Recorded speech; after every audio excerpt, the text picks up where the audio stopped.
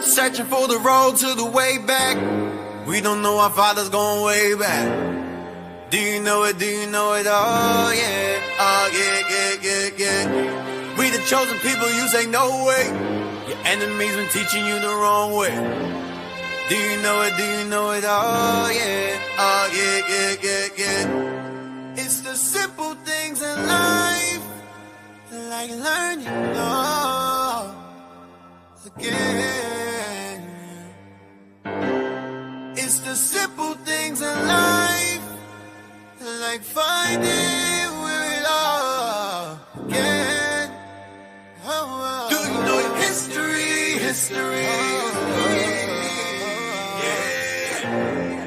Do you know it? Do you know it? Oh yeah, yeah. Do you know your history? Yeah.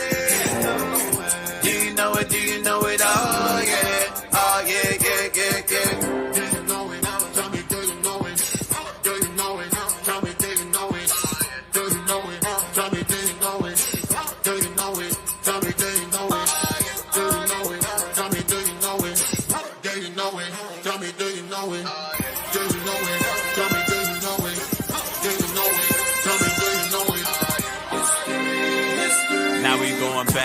He done on my back for sure. When I let the truth go, we gon' let them know. My people on my back for sure. I hold them.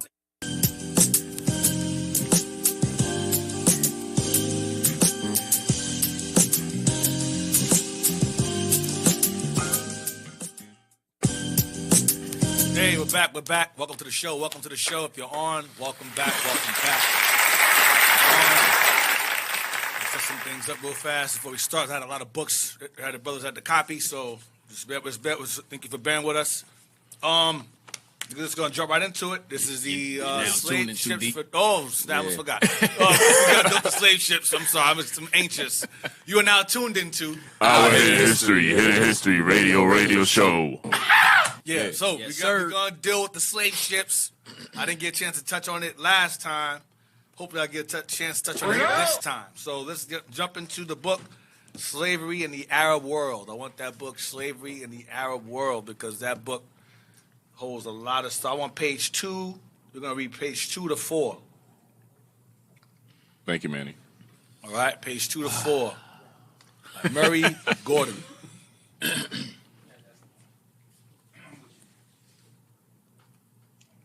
What page, D? Page 2. Page 2. Page 2. We're going to read 3 to 4. That's page 10.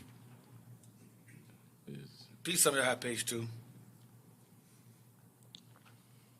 All right. You don't have page 2. I blame it on Officer Manny. Already. Wow. Just get and talk, y'all. I'm going to send some more stuff to them while we find it. Oh, man. Hey, give me, let me see what pages I had sent. Let me see here. Hey, go to the group real quick. Hey, give me that book, West African Countries and Peoples. West African Countries and Peoples. Oh, he found it. Yup. So hold on, Deacon. Where was it?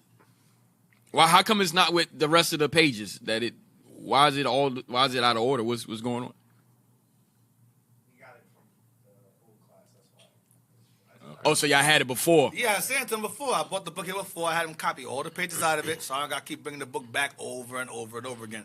So make sure that page go with the rest of the book so it be organized. All right. Thank you, Officer Manny. Where you want me to start, Deke? Hold on. Before you start, I want to send something really fast out in history, real quick on the tell. You heard? You know what's crazy about this, right? What's that people don't believe in the slave ships. How the hell we got spread throughout the world in slavery? Because Because there was no airplanes. We walked. Or did we walked. swim across the ocean? Yes. Like, it's ridiculous. We swam very fast. We don't even listen to those. It makes no sense. We swam very fast. Get page 2. Niggas are stupid. Page 2, you got that's not what I want, but just hold on to that. That's for the put that in the atlas. The atlas Folder. Put it in the folder there. Put it in there. That's the introduction. Read that. Start from As the trade. Yeah. As the trade in each succeeding year bounded forward, and as the economic stakes in the service, manufacturing, and shipping industries, which were dependent upon the trade, multiplied, competition among the key actors, notably Portugal, England, France, Spain, and the United Provinces, for a share in the business intensified. So these European nations are deeply involved in the slave trade. Read on. Countless volumes have been written about the transatlantic trade that resulted in the greatest forced Start from the routes are all too familiar. Start from the next paragraph. Next step. The routes are all too familiar, so much so that every school child in the West has at one time or other learned about the triangular trade. This followed a course that originated in one of the many ports and inlets along Africa's sinuous west coast. It was at such places as Comenda, Shama, Elmina Castle, or Lagos, on the dreaded Bight of Benin. Bight of Benin. Keep Benin in mind. We're gonna revisit that again. Go ahead. That captains of slave ships would cast anchor and stand off, waiting weeks, sometimes months, for their full complement of Negroes, or, as it was commonly referred to, waiting to be slaved. Wow. Go ahead. Innocent victims of a system they could not begin to comprehend, these misfortunates were either seized in early dawn attacks on villages by raiding parties. Raiding parties were Ishmael and Ham, Arabs and Africans, Arabs and Hamites. Ishmaelites and Hamites were raiding Negro communities. This book was brought to y'all in an encyclopedia where it says Arabs and Hamites would raid Negro or Israelite communities. Go ahead. That's the raids. Go ahead. Are sold by African middlemen and then marched. Avaricious mean African middlemen, Hamites. Go ahead. Avaricious African middlemen and then marched in fetters to the coast. We were marched in fetters. The fetters are the wooden or iron. Iron. Go ahead. Go ahead. To the coast where they were bartered for the white man's artifacts. Right. The Arabs and Africans. Go ahead. The ships that were waiting offshore for their human cargo had brought an assortment of goods from New England and the West Indies that included cloth, glass beads, knives, brassware, rum, and firearms. Mm-hmm. African human capital was exchanged for Western consumer goods. Go to the next page. Usually, the Negroes were then stored as so much merchandise in one of the 40 or so factories or trading posts that Europeans began building in the late 15th century for the purpose of promoting trade. Revelation 18 real quick. Revelation 18 regarding this. Revelation 18 says merchandise. Usually the Negroes were then stored as so much merchandise in one of the 40 or so factories or trading posts that Europeans began building in the late 15th century. Read that. Revelation chapter 18 and verse 11.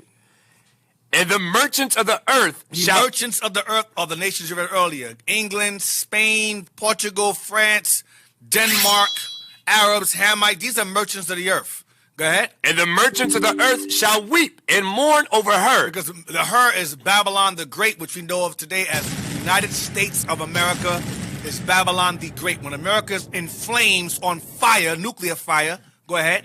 For no man buyeth their merchandise anymore. Come on. The merchandise of gold and silver and precious stones and of pearls and fine linen and purple. Fine linen and purple, come on. And silk and scarlet and all fine wood and all manner vessels of ivory and all manner vessels of most precious wood. If you examine, most of these things you're reading about in this verse all come from Africa.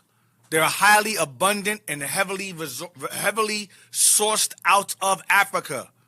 Heavily. That's what it's talking about. America, mostly, if it were not for Africa, most of these European countries would be third world countries. Right. How about that clip we Yeah, I was just thinking about it, and I'm glad you said it. But yeah, read on. And of brass and iron. Brass, iron, it's all Africa, come on. And marble and cinnamon and odors and ointments, Come on. and frankincense and wine and oil and fine flour and wheat and bread and beast and sheep and horses and chariots and slaves. And what?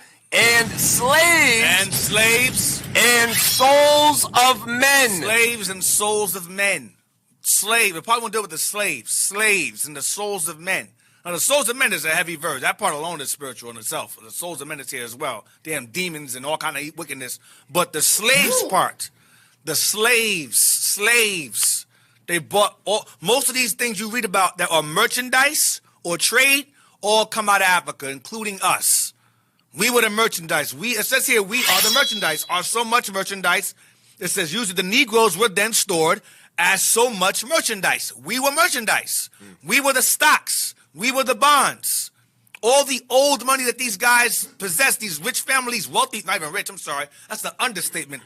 These wealthy families have old money that goes back to Negro merchandise. Now, I'll show y'all how this politician, what he said in this clip right here, obviously I can't share with us, what he says here. Watch this. Check this out. Check this clip out with this politician, what he says. They call it a Freudian slip. Y'all got it? Give us a moment. Give us a moment. These guys, they tell on themselves, man. They tell on themselves. All right?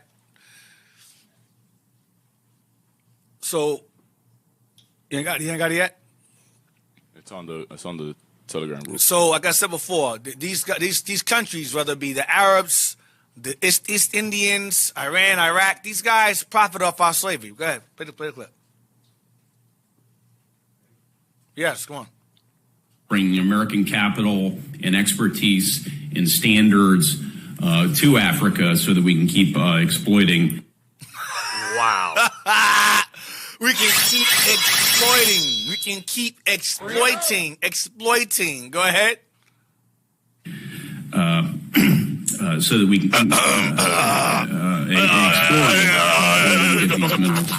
exploit. Bring Yeah, play it again. Guy, man. Oh, man. Slip of the tongue, huh? So we can exploit. That's all, folks. Go ahead. American capital and expertise and standards to Africa so that we can keep exploiting. So that we can exploring where we can get these minerals. Trying to figure out a word to replace it.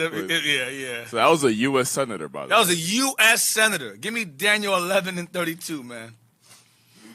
Now, oftentimes when you read Daniel 11, it's talking about Antiochus, but Antiochus as himself, as an individual, is an allegorical figure in the Bible. He's a real person.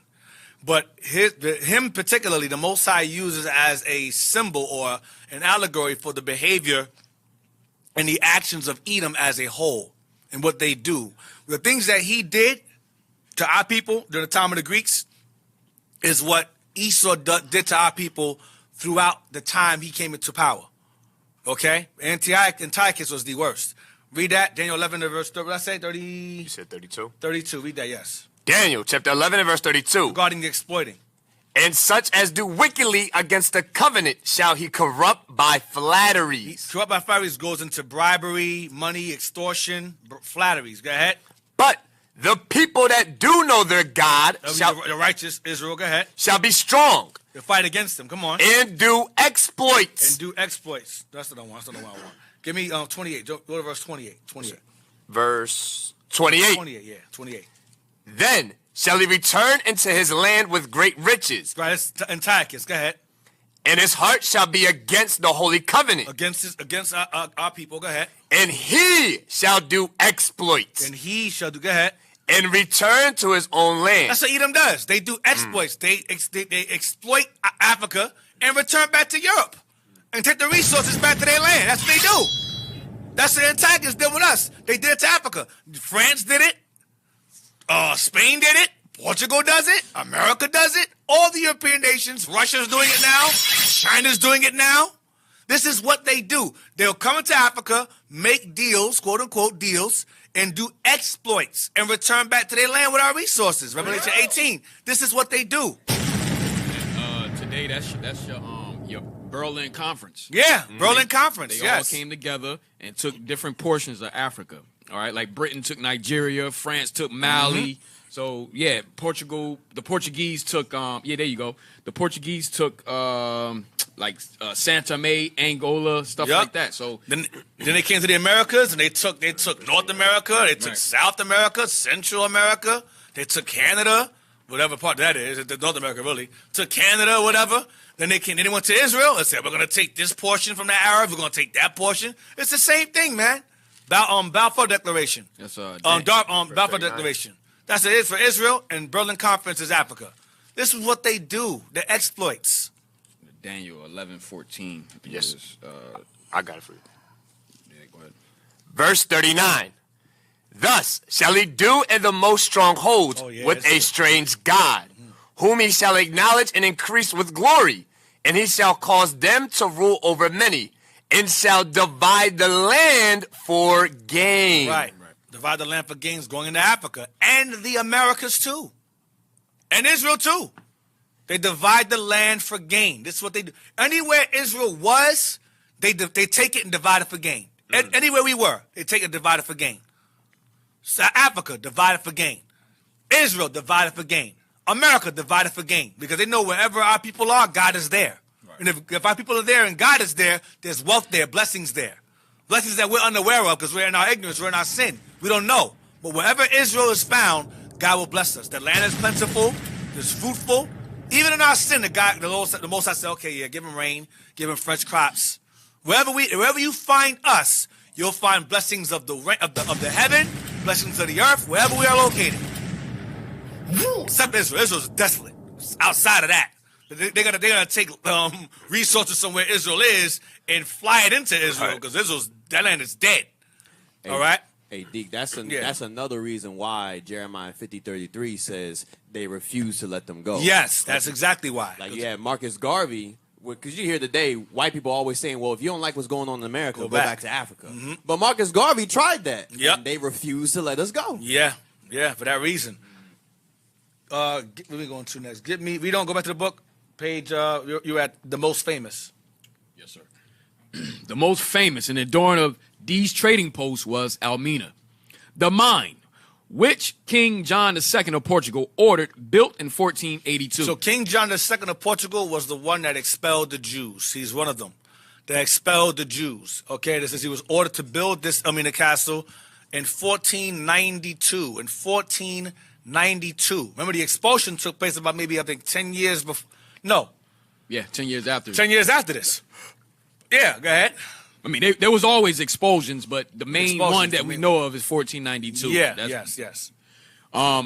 As part of a carefully conceived plan to establish a monopoly of trade along the coast, what King John had in mind was Africa's fabled gold.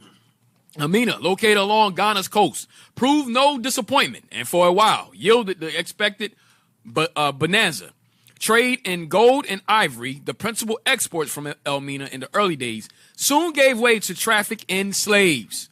During the latter part of the 16th century, the transatlantic slave trade rapidly escalated, supplying labor to the Portuguese plantations and mines in Brazil and to the Spanish plantations in the Caribbean. So it says what King John had in mind was Africa's fabled gold.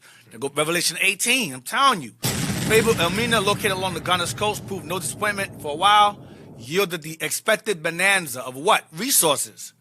Trade in gold, ivory. That's in Revelation 18. The same exact things you're reading. That's in Revelation 18. It's in the same place. Ivory. Go ahead. Principal exports from Elmina in the early days. I'm sorry, continue. Because I was reading something else. During the latter part.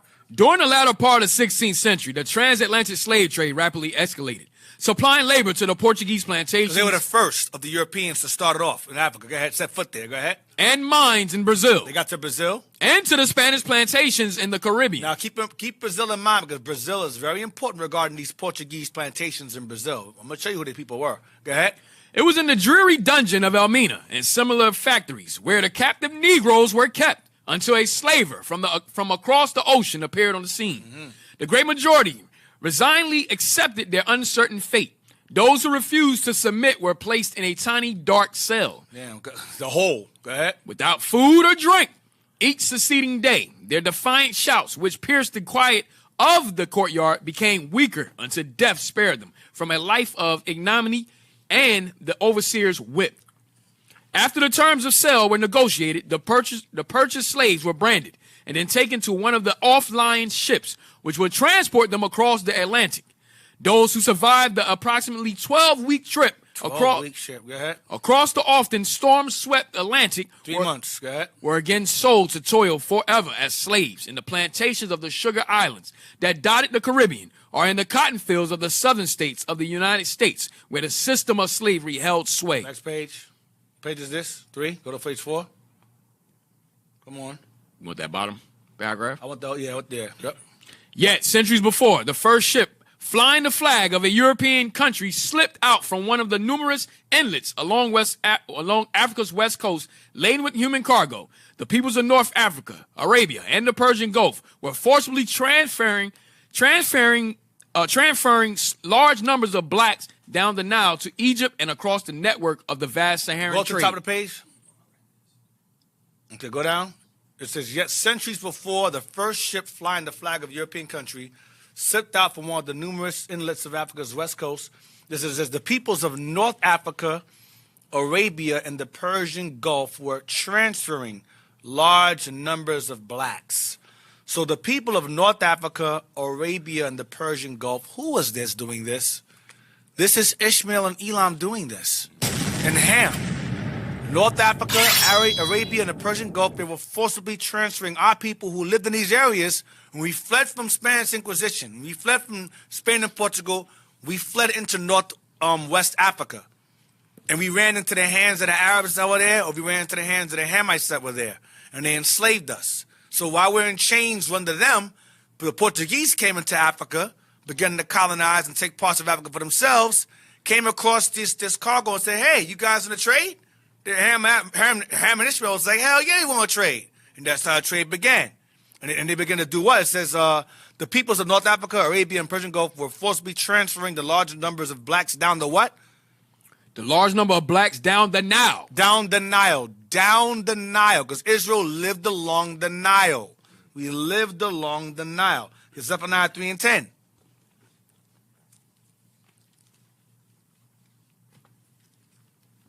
Zephaniah 3 and 10. Zephaniah chapter 3 and verse 10.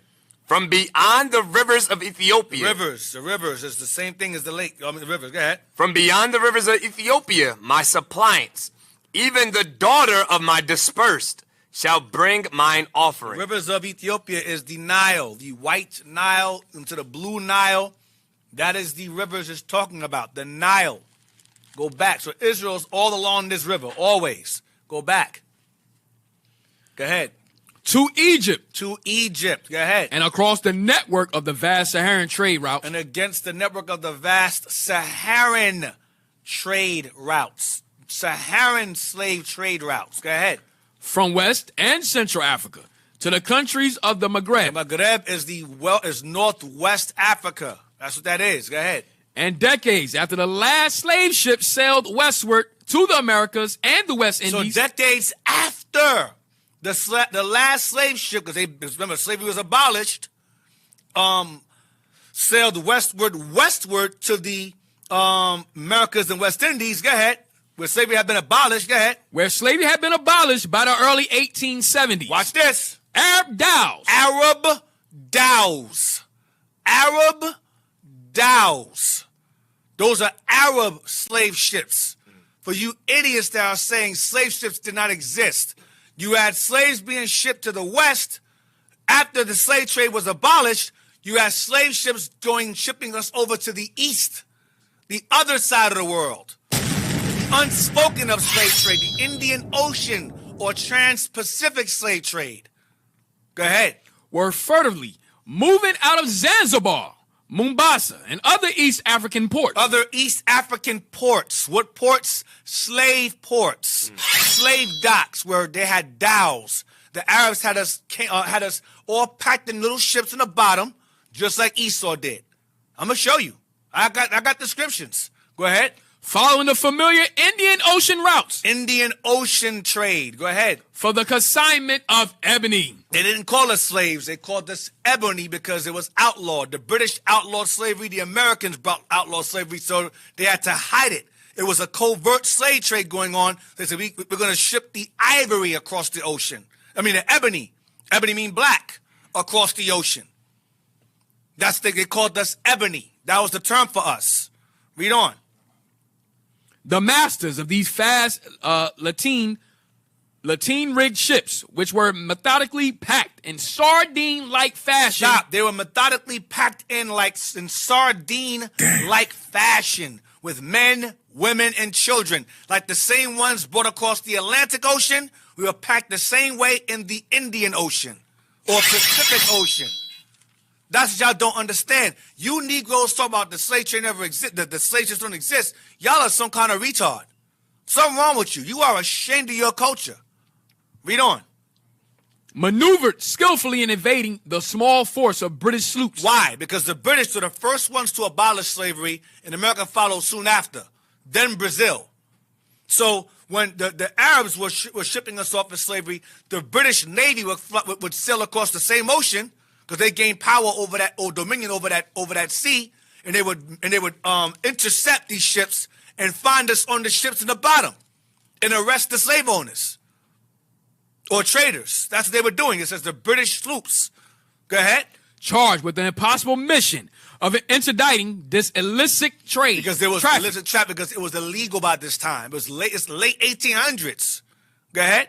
The blacks caught up in this trade were fated to be sold in the slave marts of Arabia. We were fated to be sold in the slave marts of Arabia. That includes Mecca. Go ahead. The Persian Gulf. The Ottoman Empire. Turkey. Go ahead. And India. When Bishop traveled to Turkey, I believe he went to Ephesus, they did a tour, and the guy said, yeah, this is where they had their slaves working here. Right. It was a plantation. It was a field. They had slaves there. And they were buried there too. So it says the slave marts of Arabia, Persian Gulf, Ottoman Empire, and India. This is not spoken of in history books. I mean, in school. History books in school. It's not taught. You're learning it today. But the slave ports, they docked us off in Arabia, Persian Gulf, Ottoman Empire, India, Egypt, Zanzibar, Mombasa, East Africa. That's what was going on. Relatively, go ahead, little as what? Relatively little has been written about this facet of the slave trade. Although the number of blacks who fell victim to Muslim slave traders can never be determined, there is little doubt that the figures ran to several million. Stop. It says Muslim slave traders. Not just regular Arabs. Muslim. I have not forgotten about them. This whole series revolves around the Muslims. I don't like Ishmael. I don't like them. Or Elam. I love my people who are involved in Islam. I love my people. Those are my people. I love them. But the ideology and the people that they follow, where that ideology stems from, I don't like them. Because these guys had us as slaves. They didn't care. They didn't care about us being Muslim. Islam, when they used us, once they were done with us, they started to enslave us. We were the majority of the Islamic armies that conquered most of Africa and Spain. Once they took what they wanted, like Esau does, they'll use you, then get rid of you. That's what happened. Especially when the Turks came into power. It was a wrap. But read on. Several millions, go ahead. Several millions over the centuries that the traffic was carried on. Between 1770 and the end of the 19th century. 1770 and the end of the 19th century. That's yesterday. End of the 19th century is what's that? 2000s? Yes. This is war! The end of the 19th century is the late 1800s. 1800s. Yeah, 1800s. That's still, we already free, quote unquote. Only 100 years ago. 100 years ago. Go ahead. The period about which most is known about the Indian Ocean traffic. The Indian Ocean traffic. It says little is known because it's hidden. Go ahead. It has been estimated at approximately 1.25 million blacks. That's a lot of Negro. 1.25 million. That's a lot of people. Go ahead. Were shipped to Africa's east coast, Kenya, and Tanganyika. Tanganyika. That's Tanzania today. Kenya and Tanzania today. Go ahead. Slightly less than half this number was exported to destinations outside Africa. Outside Africa, go ahead. With the balance accounted for by the proliferating demand by plantation owners on the coast. Watch this. The introduction of the clove culture in Zanzibar. The introduction, they had clove plantations, clove in Zanzibar. The clove culture in Zanzibar. Keep that place in mind, Zanzibar. Go ahead.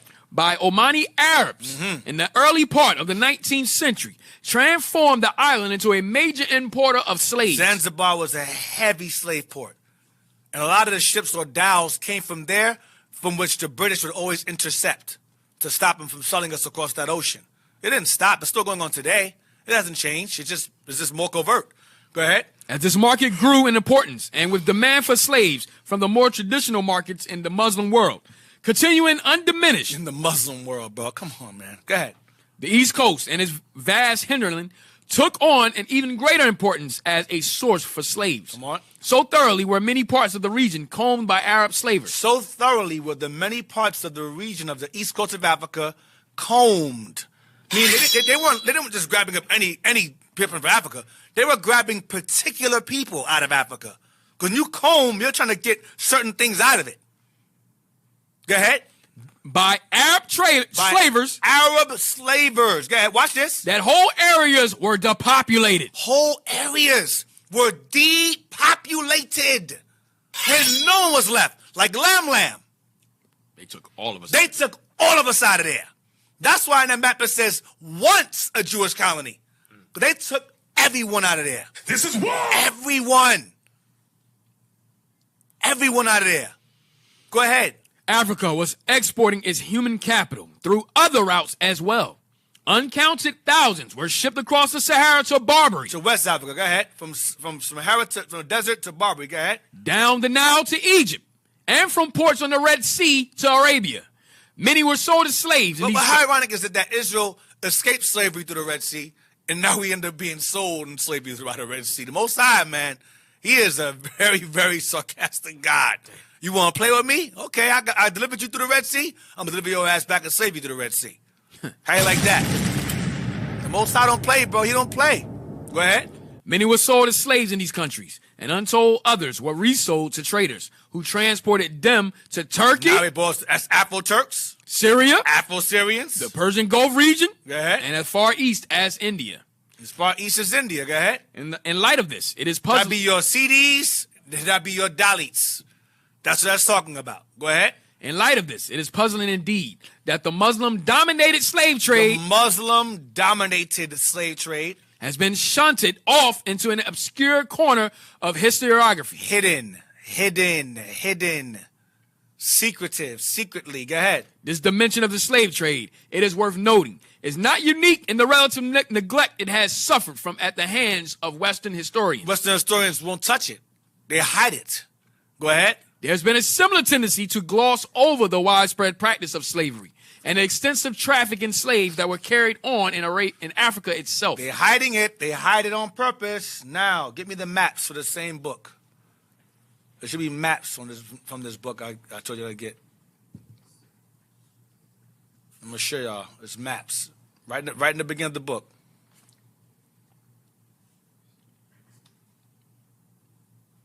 If you don't have them, you got to just take a picture of them. They're all on the front. I should have them. If you don't have them, take a picture of them now. Is the book over there? It's not even over there. I thought you had to take a picture of the books, of the maps. Hey, Deke. Yeah. That's how we know that Psalms 83 is true. Let me see if I have it. Go ahead. Yes, sir. Where it says that they are confederate against you. Because even American history, they know, like Deacon brings out, about esoteric information. I'm going to send you. I have them. The elites have that information about who was involved in the slavery of the Israelites. But the only other part of the slave trade that they'll ever teach you is that, Africans put Africans in slavery, right? Uh-huh. They won't tell you anything about the Silk Road slave trade, the Sub-Saharan slave trade, the Indian Ocean slave trade, because all those nations have a confederacy against Israel. Yes, that's exactly what it is. gonna send to you right now. Hold on. I'm sending you the last two. Sorry about that. I don't think I sent them to you. I think I sent them to myself and thought I sent them to you. My fault. You should have them now. All three.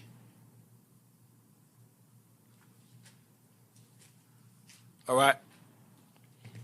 You got the maps? And we get them. This is in the same book. This is in the very beginning of the same book here. Show that they say, oh, there's scarce information we have regarding it, but you got maps though. Okay. Blow it up some more so it fills the page. There we go. Sorry, bring it out some. There we go. You see it says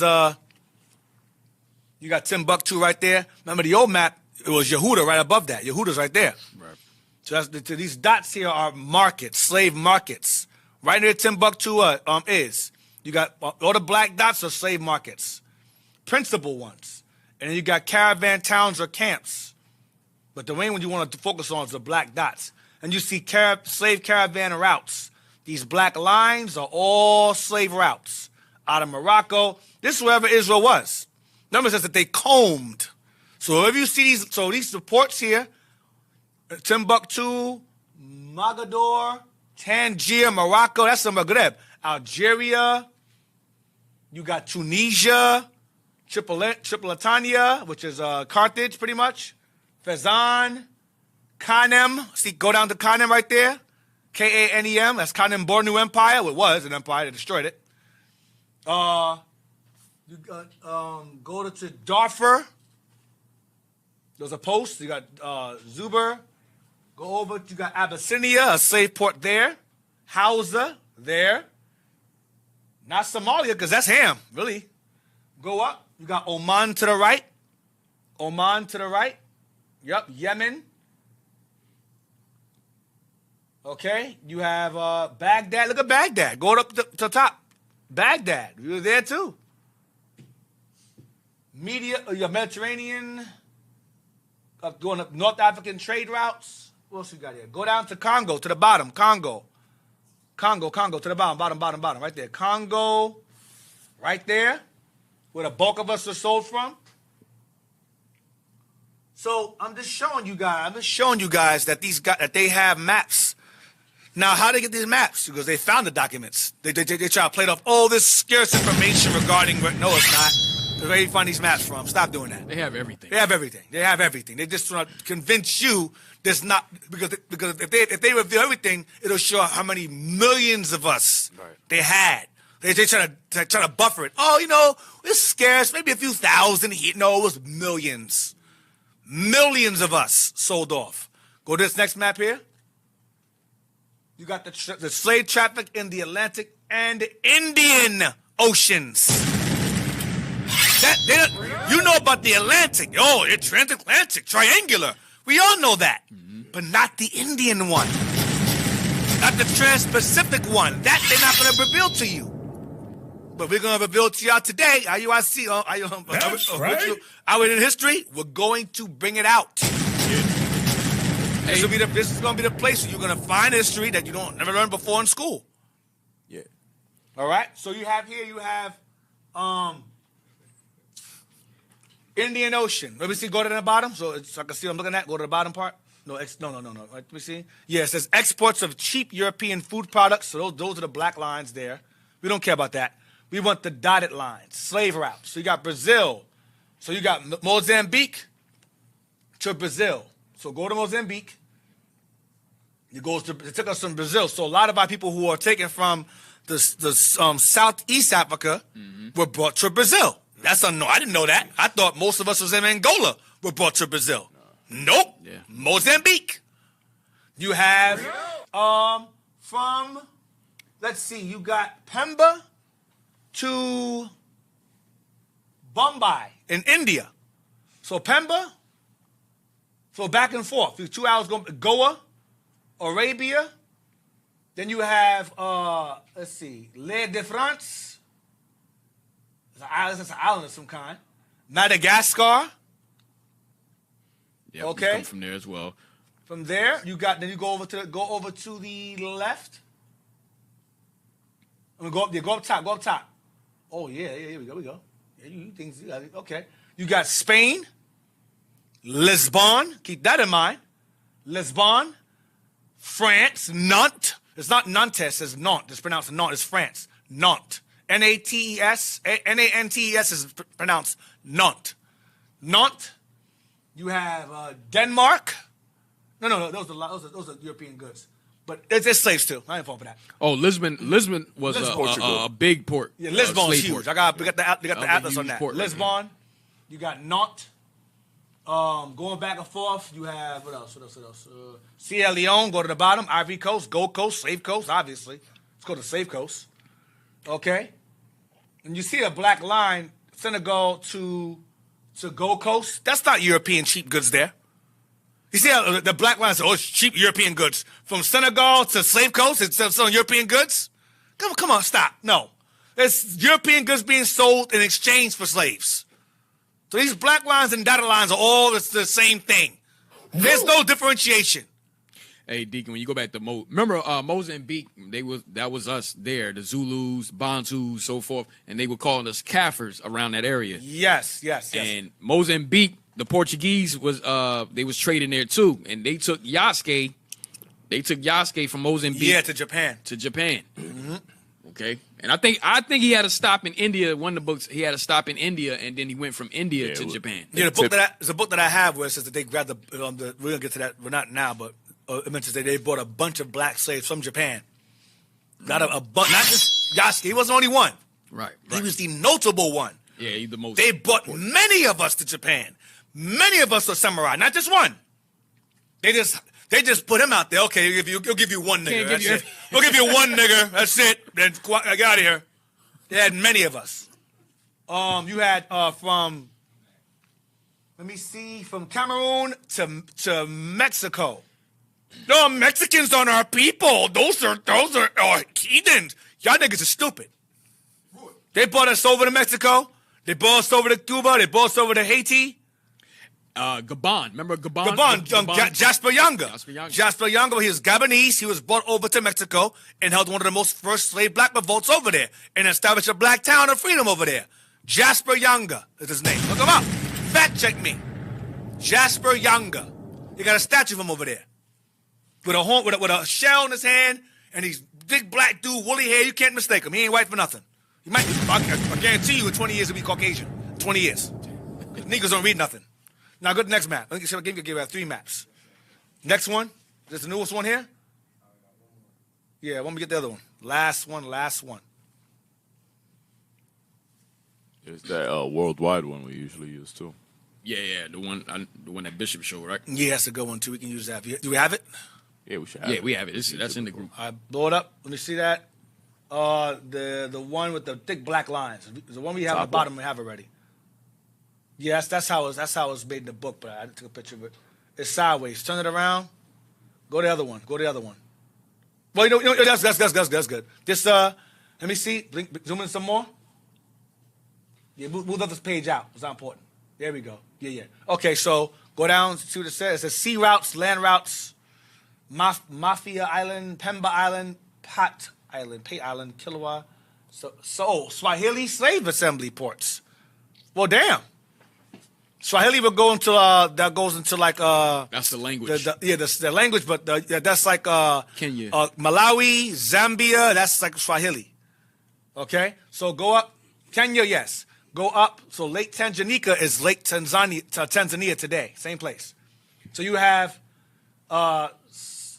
sea routes. These are all slave routes. Madagascar again. Zanzibar. I remember that. Zanzibar, Mombasa. Melinda, go up all right there. Malindi, Mombasa, Zanzibar. Thick black line for slaves. Kilauea, Lake Nyasa, Congo, going over to the land. They made us walk. They made us walk from there to there. If it's dotted, we walked. If it's black line, we sailed. Walk or sail. That was a slave motto. Go up Somalia. And that's ports, slave ports along Somalia, I believe. Okay, go up, let me see. Aden, Yemen, another port. Mecca, another port. Mm-hmm. Jeddah, another port. Mecca, Mecca, slave port, holy Ma'at, holy, unholy. Boy, that's the way where they bring us to. You see Bandar Abbas, India, Bombay, Baghdad, Bahrain. So they brought us. Red Sea, ports there, Mecca, Jeddah. I'm telling you, man, the major slave routes on the East African coast and in the Indian Ocean, 10th to 15th centuries, before and after the Portuguese. It's that Deuteronomy 4:27. Let's get it. Let's get it. Because in these areas, we were the least. Deuteronomy chapter 4, verse 27. And the Lord shall scatter you among the nations, and ye shall be left few in number among the heathen, whither the Lord shall lead you. Right. Scatter us among the nations, how? By foot or by sea? And so we were scattered. You see Greenland over there? That the one? Yeah, scope of the Arab slave trade. That's good, that's good. Another map right here. Okay. Zoom it in some, because I can't see it. It's print's very small. Okay, you got it's kind of blurry. That's not what I want. That's not the one I'm looking for. No, let's just continue. Give me Nautical Magazine. I want page 139. I got a lot to cover. I want to get off this page. Nautical Magazine. Nautical Magazine. Yes, 1870. Remember the Ishmaelites or the Arabs continued the slave trade during this time. This is a book that speaks on the chronicles of the British sloops or navies that would intercept these ships and would stop the trading from going on.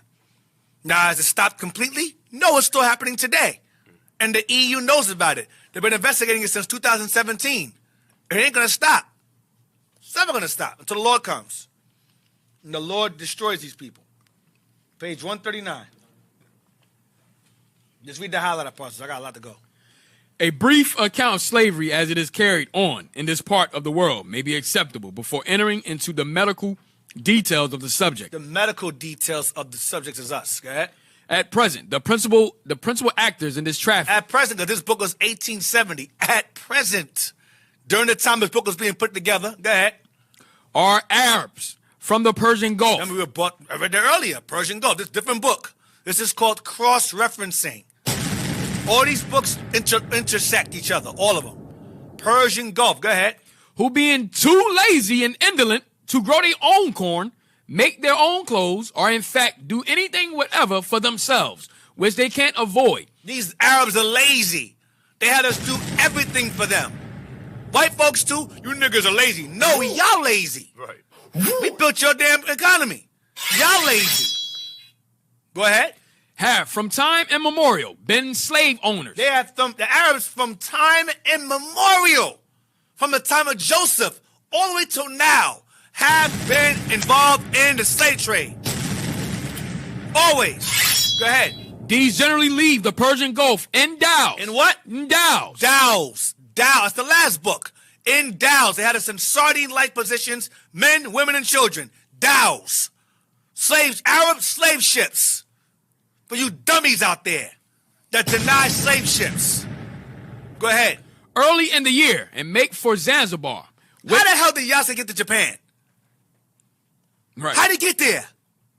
He flew? He swam? Are y'all retarded? Go ahead. Which is about the chief market. Here they take in their cargo. Zanzibar is the chief market. Zanzibar was the chief market. Chief. Go ahead. Here they take in their cargoes and then make their way back by the southwest monsoon. Real quick, I want you to Wikipedia Zanzibar. What's that word mean? Where it comes from? Because that word is going to be very important later on in this lesson. Zanzibar. It's not really pronounced Zanzibar. It's pronounced something else. And the people in the Zanzibar is the place where we inhabited. That was our land. That belonged to us. Wait, go back. Where you was at? Go up to the top. Is that it? That's a beautiful place. Mm-hmm. That's a beautiful place. Look at that. Look at that water. Damn. That was ours, man. And the slave ships docked there. But that was ours. Go down. Click on hit Zanzibar. Go in there.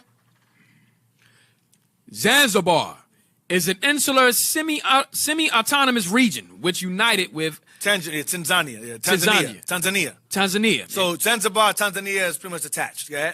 In 1964 to form the United Republic of Tanzania.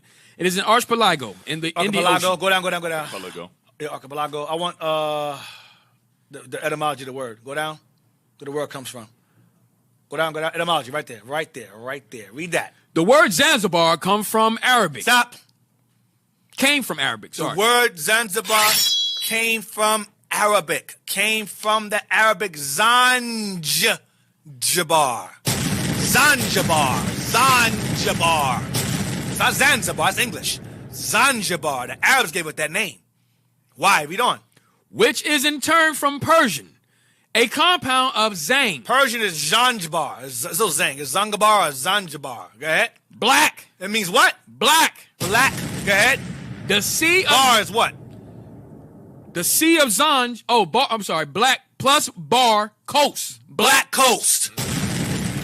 Black coast. Israelite coast. Negro coast. Like Gold Coast.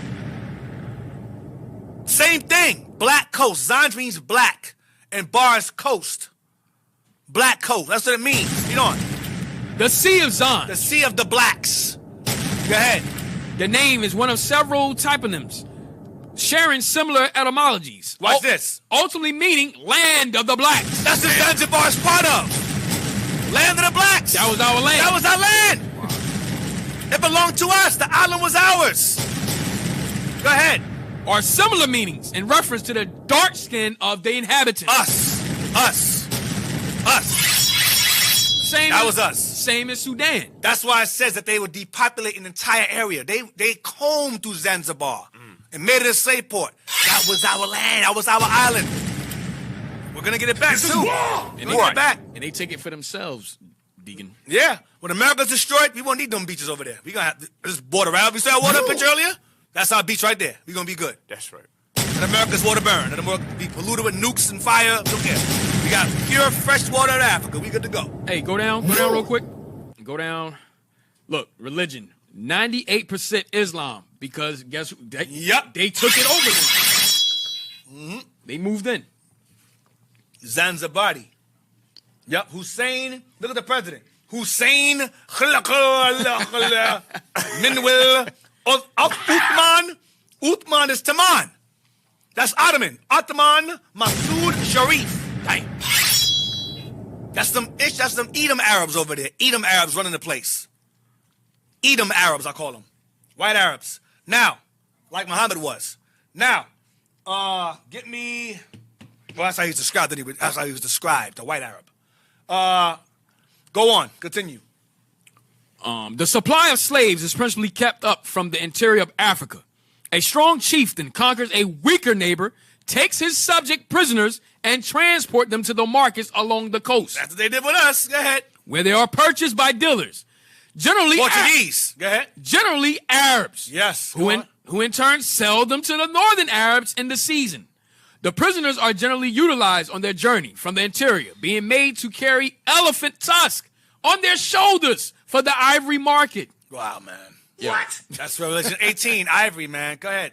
On arrival at one of these markets, Zanzibar, for instance, they are sorted into lots according to sex, age, size, and physical capacity, and disposed of accordingly. The slave markets at Zanzibar is a curious place. You come suddenly upon it on turning a corner from a narrow street. It's open. It wasn't secret. It's open. Go ahead. What the hell? What the hell is this? What the fuck? Yo, what the hell? Is that playing? Yo. Bro. What the hell? What the hell was that? Bro, don't let anybody. Okay, go ahead. I think I'm messed up right now. All right. It is an open space. We'll get back to that in a minute. Go ahead. Yo. Go ahead, continue. All right. It is an open space. Go ahead. Next page.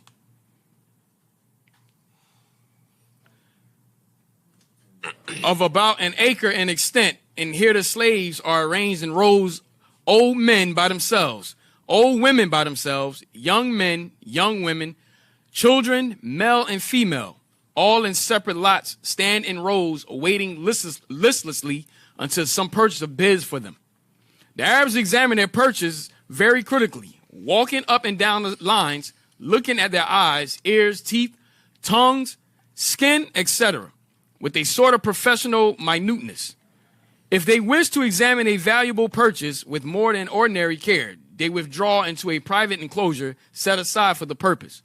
Often as many as 500 or 600 slaves change hands daily. Often as many as 500 or 600 slaves change hands daily. Go ahead.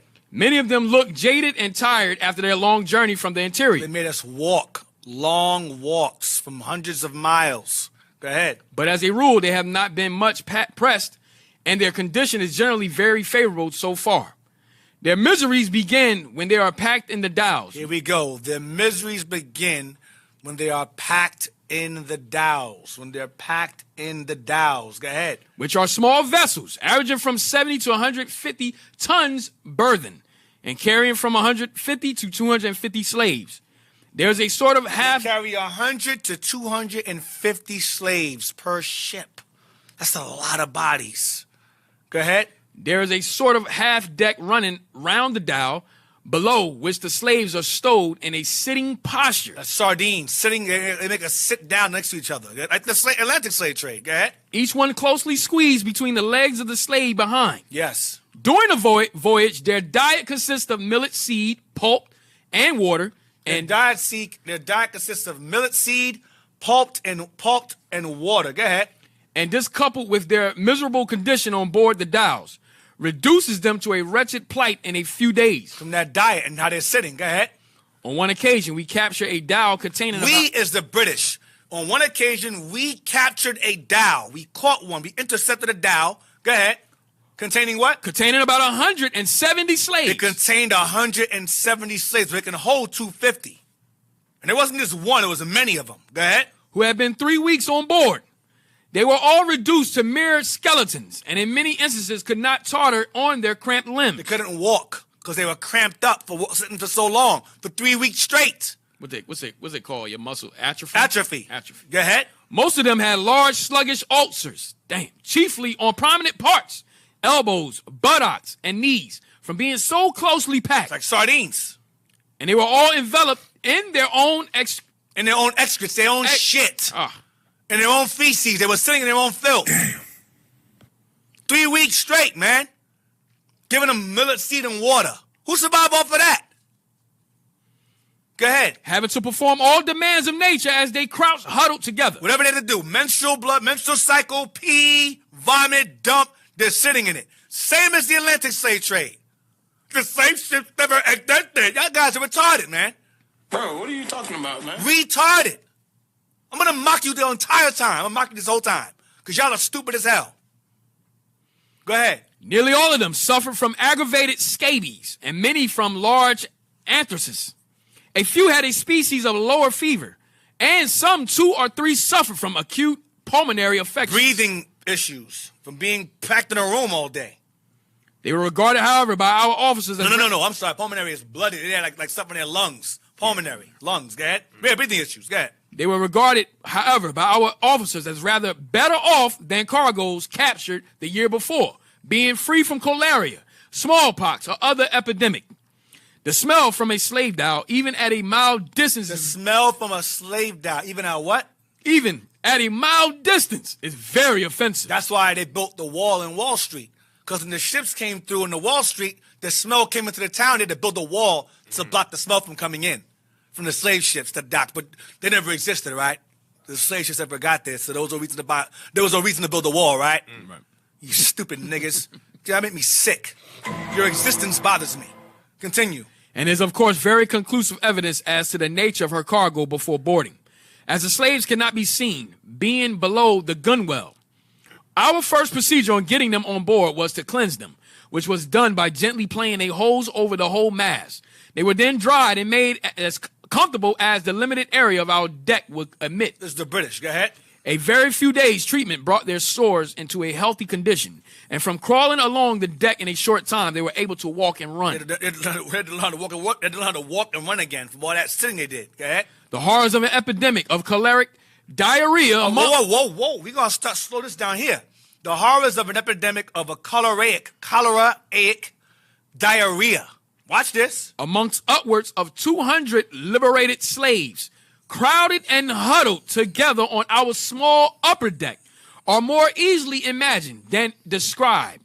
Most of them being too weak to move from the spot where they lay. They just lay there. They're in too much pain. They had diarrhea. Get from eating them seeds. Go ahead, watch. This state of things was brought about by our omitting, as we afterwards learned to make them separate the husk from the millet seed. So it says we afterwards learned to make them separate the husk from the millet seed. Go ahead. Which they used for food before pounding it. So out of hunger, when they were used to carry ivory, they would take pieces of the ivory, break it, and they would break it in pieces and eat the ivory along with the millet seeds to survive. Watch this. The husk, by irritating the intestinal canal. So when they ate those things, it would irritate their intestinal canal. Watch this. Brought on violent diarrhea. And gave them violent diarrhea. Go ahead. Whereby we lost a considerable number by death. They died. They basically took a dump and died. It's suicide. Yeah. That's what they were doing. Die. Eating the ivory and the seeds together, and they would rupture and they die. Go ahead. Smallpox, too, sometimes occurs amongst liberated slaves on board a man of war. On liberation, the cargoes are usually brought to Aden. You just read that earlier map, but then go ahead. Where some are kept as domestic servants, compulsorily for a period of years, after which they are freed. Watch. Others are sent to Bombay. That's the same earlier. Bombay, watch this. And some go to Seychelles Island. Beautiful island also. A lot of our kings from Ashanti, when they fought against the British, they were exported and banished to go there. Seychelles Islands. Seychelles Island. That's what this is talking about. So these are Arab slave ships. So we're going to take a quick break after that. Hopefully you, those of you who are watching who believe in non-existing slave ships, hopefully your stupidity has been healed and cured, and we're going to continue to heal it as we continue the lesson. So just stay tuned with us. We got some questions regarding the IT team after this break. So let's stay tuned. Might take a little bit. Yeah. All right. Shalom.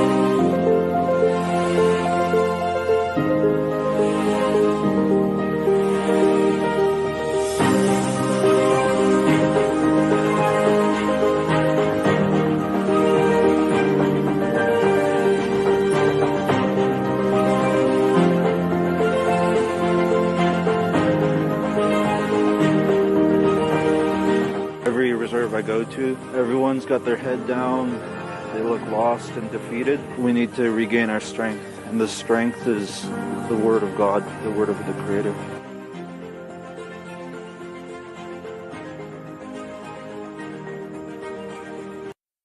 And it shall come to pass in that day that the Lord shall set his hand again the second time to recover the remnant of his people which shall be left from Assyria. That's Turkey.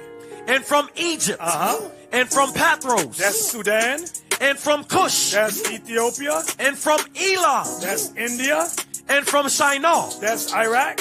And from Hamath. That's Syria. And from the islands of the sea. That's Santo Domingo, Puerto Rico, Cape Verde, so forth and so on. Go ahead. And he shall set up an ensign for the nations, and shall assemble the outcasts of Israel. Y'all see that right there? Right. So the Gentiles are the outcasts of Israel. Go ahead.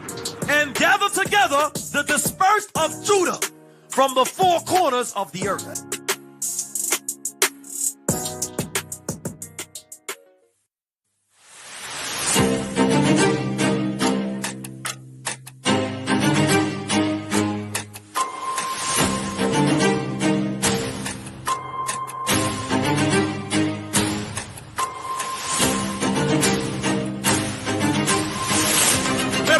Estos colegios porquería de aquí le enseñan la supremacía blanca, de que estos son los judíos, y de que el apóstol de ellos fueron más malos que el de nosotros cuando no era. Los aztecas sufrieron más que los judíos cuando hemos nosotros sufrimos más que ellos. No podemos llegar tan rápido al punto que como específicamente los mexicanos son del tribu de Isaacar, si no primero enseñamos la descendencia, la genealogía de Jesucristo primero. Mujeres pueden usar trajes, que los hombres deben usar trajes, no ropa femenina.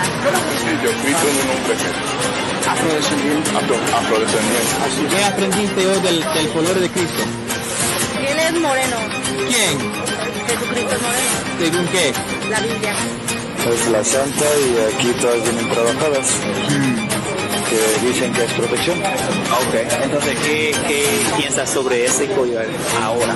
Pues ahora puedo cuestionarme y creo que para el hombre cuestionarse abre puertas.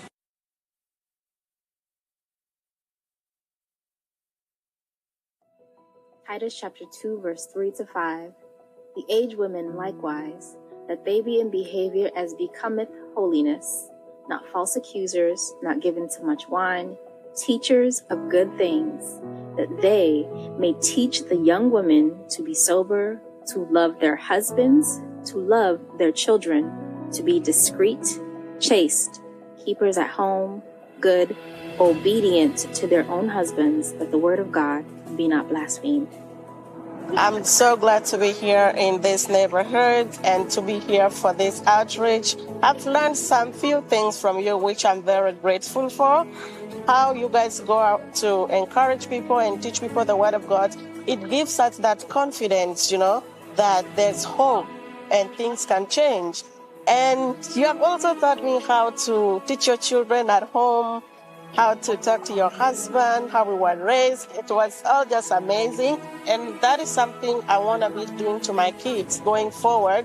I just wish I can keep in touch with you so that, this is like a counseling journey for me. And I'm actually very grateful for it. Necesitamos una escuela aquí en Aguas.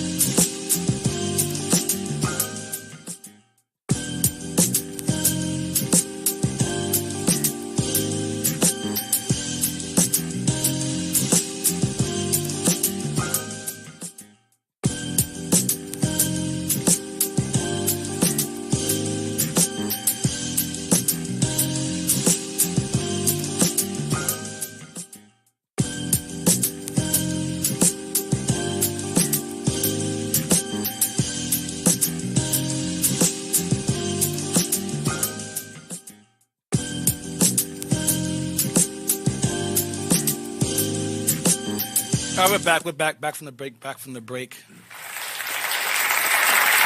the language, man. When I read these books, man, it pisses me off because this stuff is unknown to our people. A lot of it's unknown, and the things that happen to us pisses me off. That's why I have a strong disdain for these Israelites. I don't like them. I don't like their ideology. I don't like them as a nation. What they did to our people. That's why I love my people. Like I said it all the time. So when they come across these videos, oh, you attacked Islam. No, I didn't attack my people. I attacked the ideology because the ideology and the people behind the religion, I have a strong disdain for them based upon the information I'm providing y'all throughout this lesson. That's where my problem comes. I know my people in Islam, they try to steer away from European, Christianity, whatever. I get it. But understand that you went from one slave master to another. That's all I'm saying. Where we at? On liberation. We stopped at Seychelles. Go down, let me see what's underlined. Let me see. Go to page 142. Yeah, start from rheumatism. Here, nutrition's diet would no doubt be incalculable. Here, nutritious diet would no doubt be an incalculable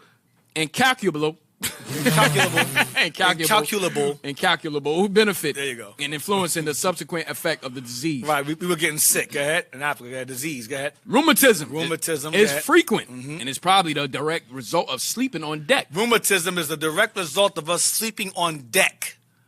We call it rheumatism. Now, real quick, look at rheumatism real fast and see what that is. Of us being packed together for weeks and weeks at a time, neck and neck, shoulder to shoulder.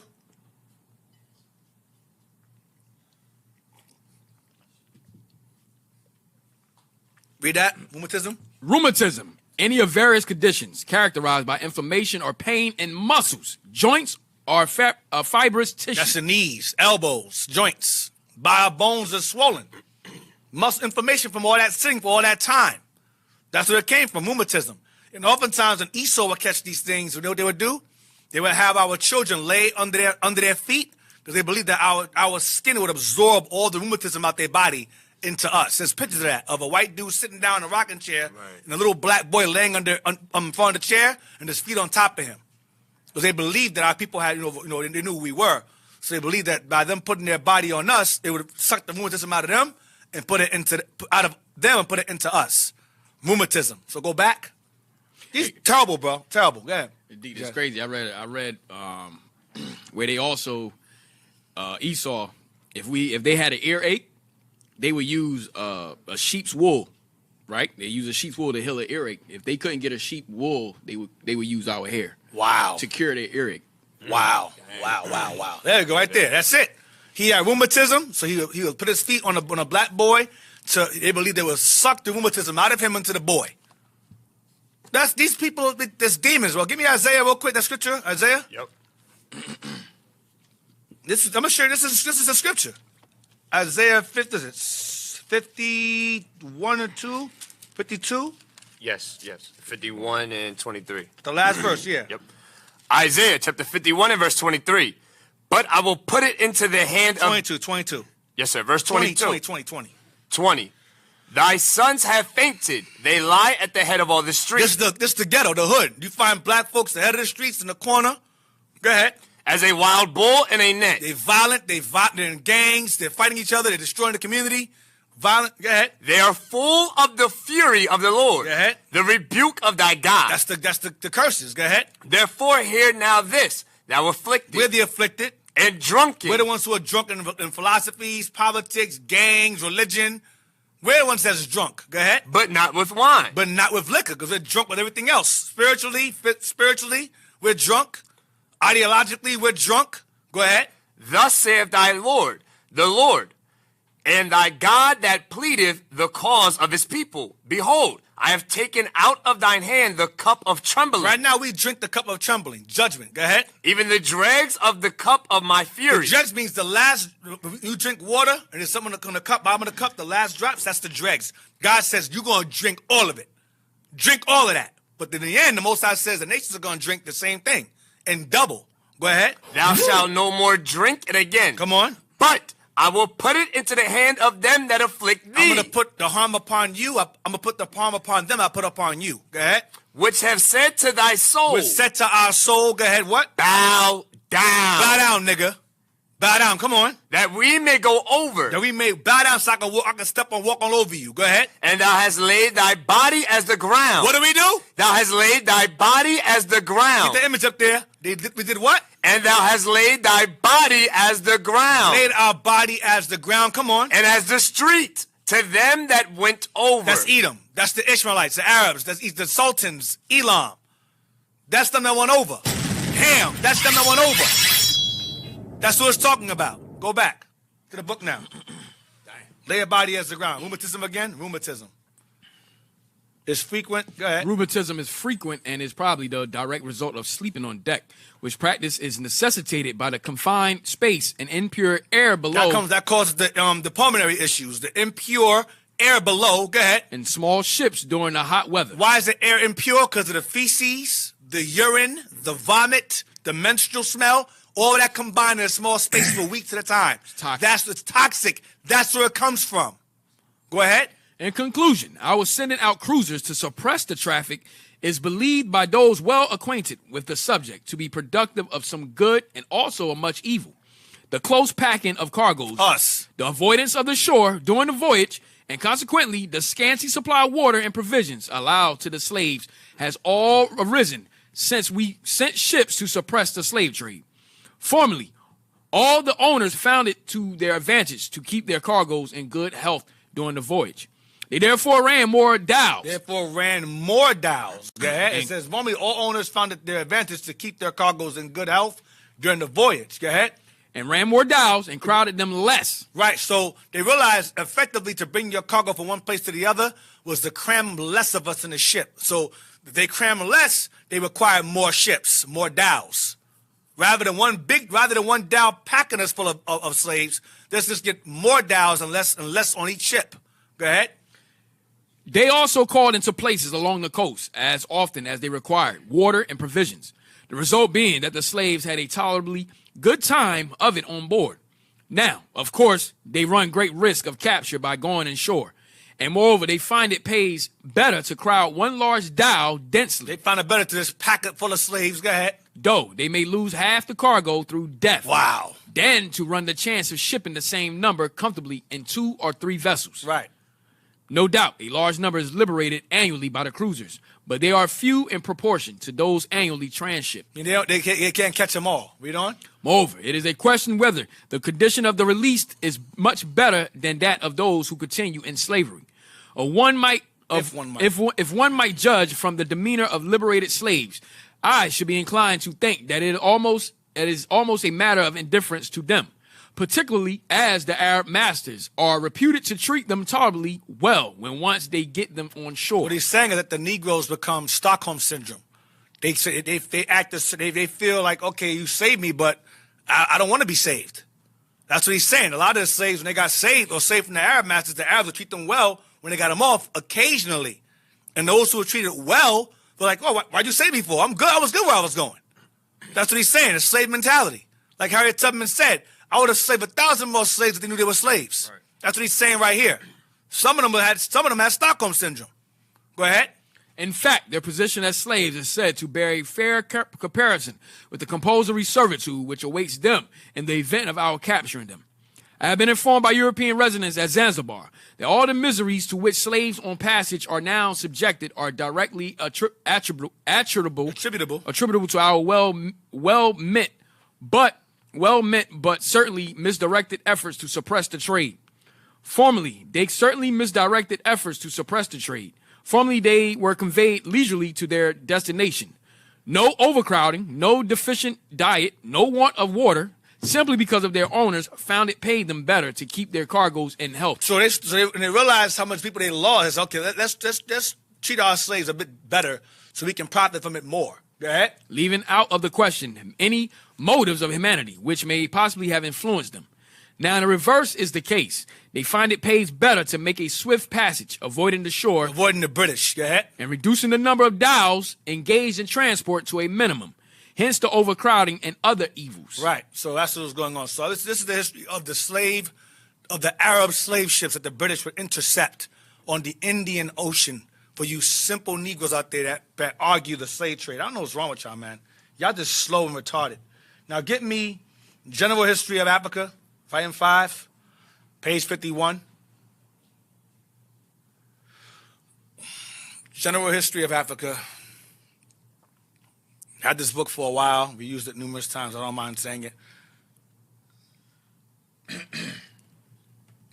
I gave her that book last week. You should have it. Hey, while y'all look for that book, play Captain said something. Play that real quick. Which cat? Captain LeQuark. Okay. Shout out to Captain LeQuark, man. Where you at, man? You probably tired from your trip. I get it, bro. I get it. Wish you was here, bro. Hey, man, put in mighty works out there in Ohio. Man. Yeah, doing the work, man. Le plume, le plume, le plume. I speak French, too. Le plume, le plume, le plume. Press play. Press play. Hey, play this while I look for the book, though. Yes, all right. This new docuseries titled Colin in Black and White is out on Netflix. It takes a closer look at how the former NFL quarterback navigated race and activism leading up to the moment he took a knee during the national anthem. At one point, Kaepernick compares the NFL draft process to a slave auction. NBC News correspondent Vaughn Hilliard takes a closer look at the film and how people are responding. What they don't want you to understand is what's being established is a power dynamic. Former NFL quarterback Colin Kaepernick's new Netflix special igniting debate on social media after it compared the NFL's drafting process and its workout performance review called the Combine to slavery. Next one coming up. Next one we got. In the opening minutes of the special titled Colin in Black and White, a line of black actors playing NFL prospects morph into slaves at an auction with shackles on them. Look at this here. I think what we're supposed to take away from the comparison of the NFL Combine to a slave auction is the question of dehumanization and the ways that there are power imbalances related to race and class in how that dehumanization takes place. The Netflix special promoting the story of Kaepernick's formative years navigating race, class, and culture. Some critics rejecting the slave auction comparison on social media, including Utah's Republican Congressman Owens, a former NFL player who tweeted out, "How dare Kaepernick compare the evil endured by so many of our ancestors to a bunch of millionaires who chose to play the game." In 2016, Kaepernick then a star. What the millions of dollars is referred to in slavery as meritorious manumissions. When a Negro does real good for massa, he gets rewarded.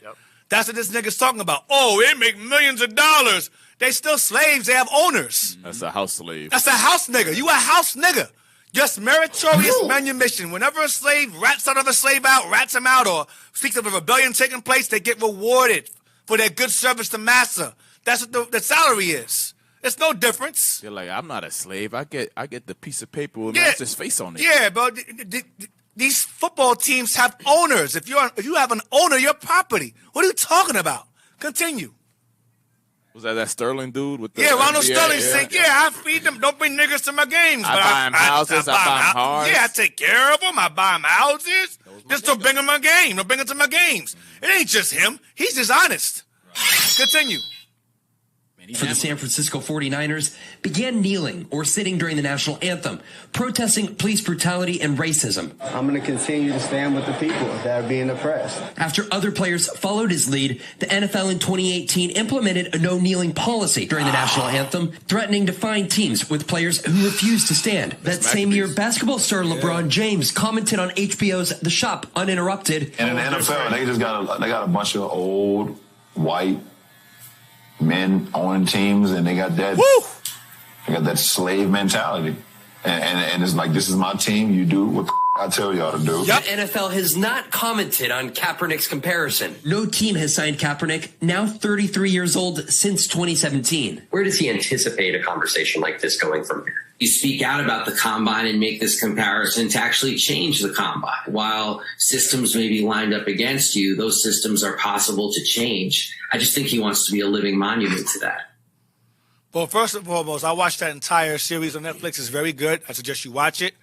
He was adopted. I believe he has a black father as well, biological father, Jake.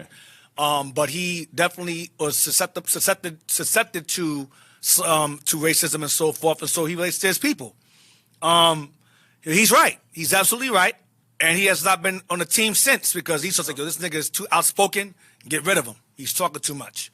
So, but again, it's the same thing. The show is very good. It's a very good. You need to watch it. October 20th, it was a very good show. I watched the whole thing. It was very, very good.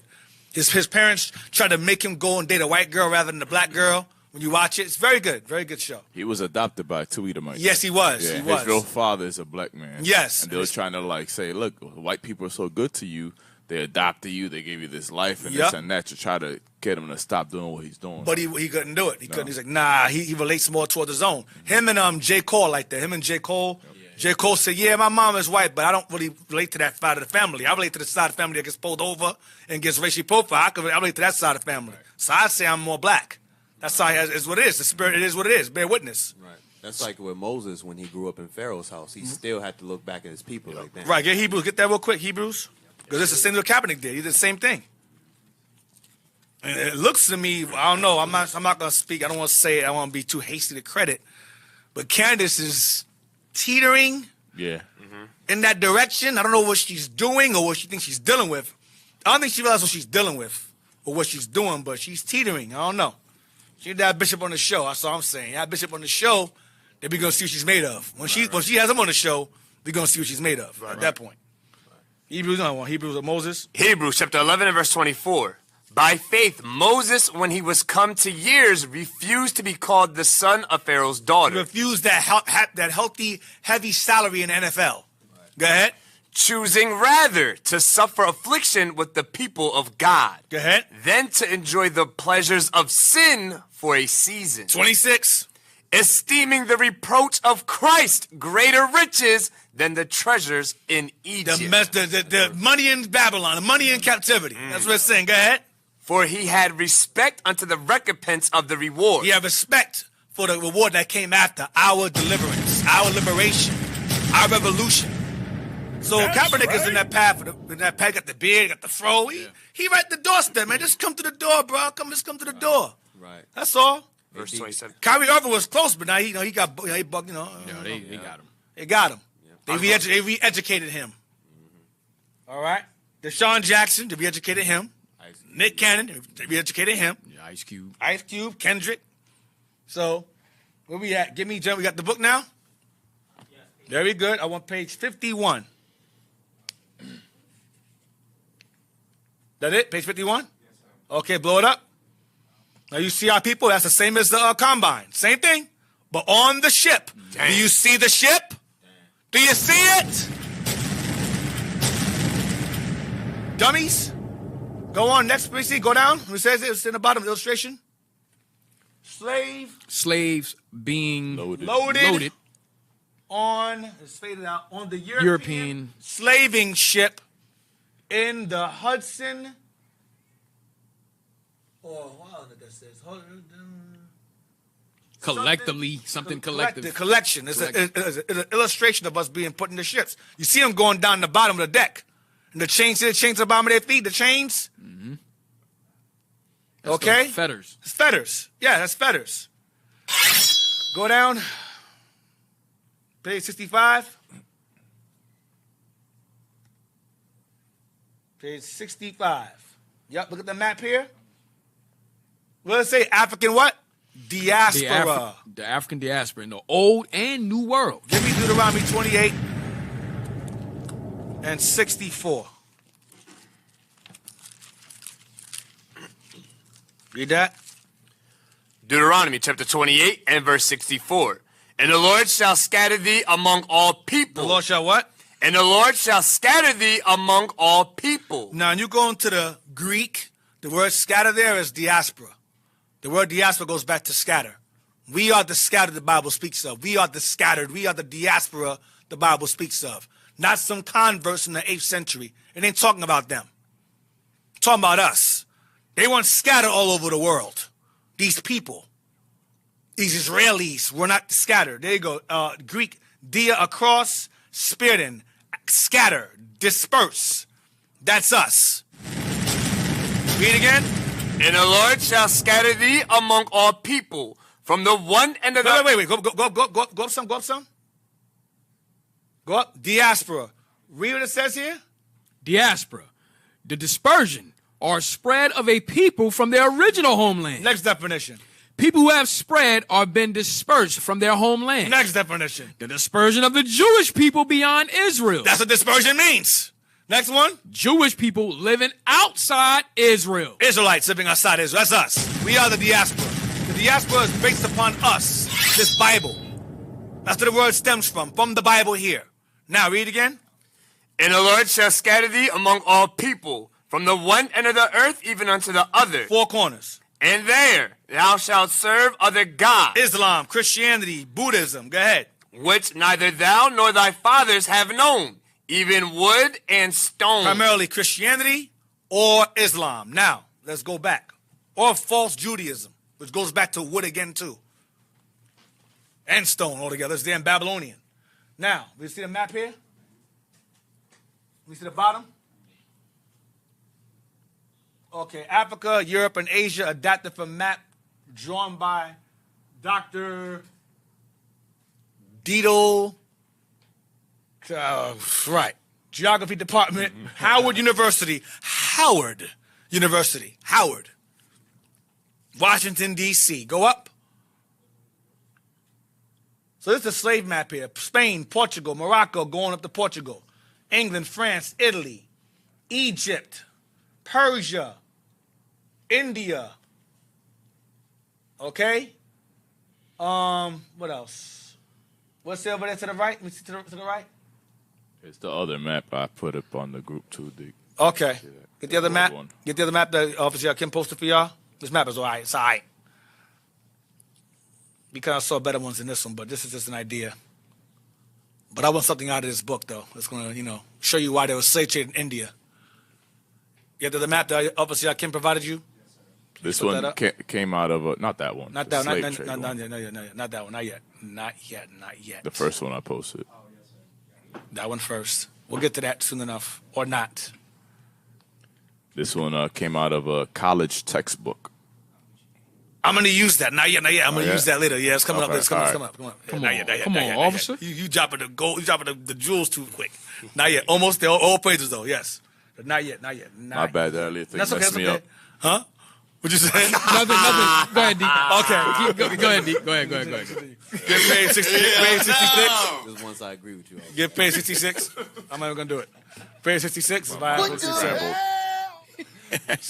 Satan's battery, man.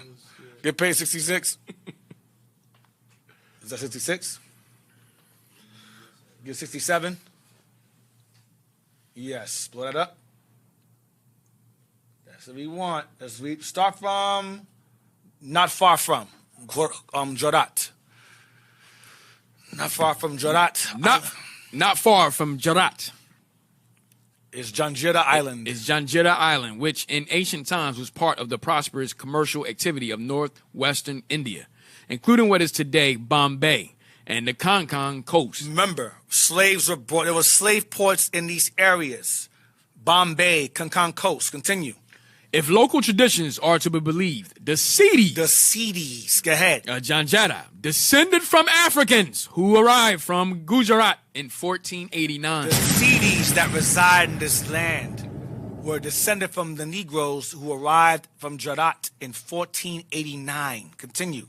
From the 1530s, the Portuguese. The main European, the first one, the Portuguese, go ahead. Developed political and economic control over parts of the west coast of India. They did possess parts of the west coast of India. The Portuguese gained dominion over there. Go ahead. Especially the Konkan coast, where many African slaves were imported. Because they brought slaves with them on these ports. Go ahead. Most of these slaves came from Mozambique. Most of these slaves, we showed you the maps earlier, so we'll do the maps. Most of these slaves came from Mozambique by the Portuguese, including Yasuke, who was brought to Japan by the Portuguese. Continue, watch. And the Portuguese used them in trading. They used us in trading with other nations, Indians, or Elam. Go ahead. On farms or as domestic slaves. Some were trained as priests and teachers for religious schools. They used us to teach their people. Watch. And especially in Goa. I showed you that map earlier. The Goa, in the map I showed you that earlier. Goa. Go ahead. Which became Portugal's headquarters. If it became Portugal's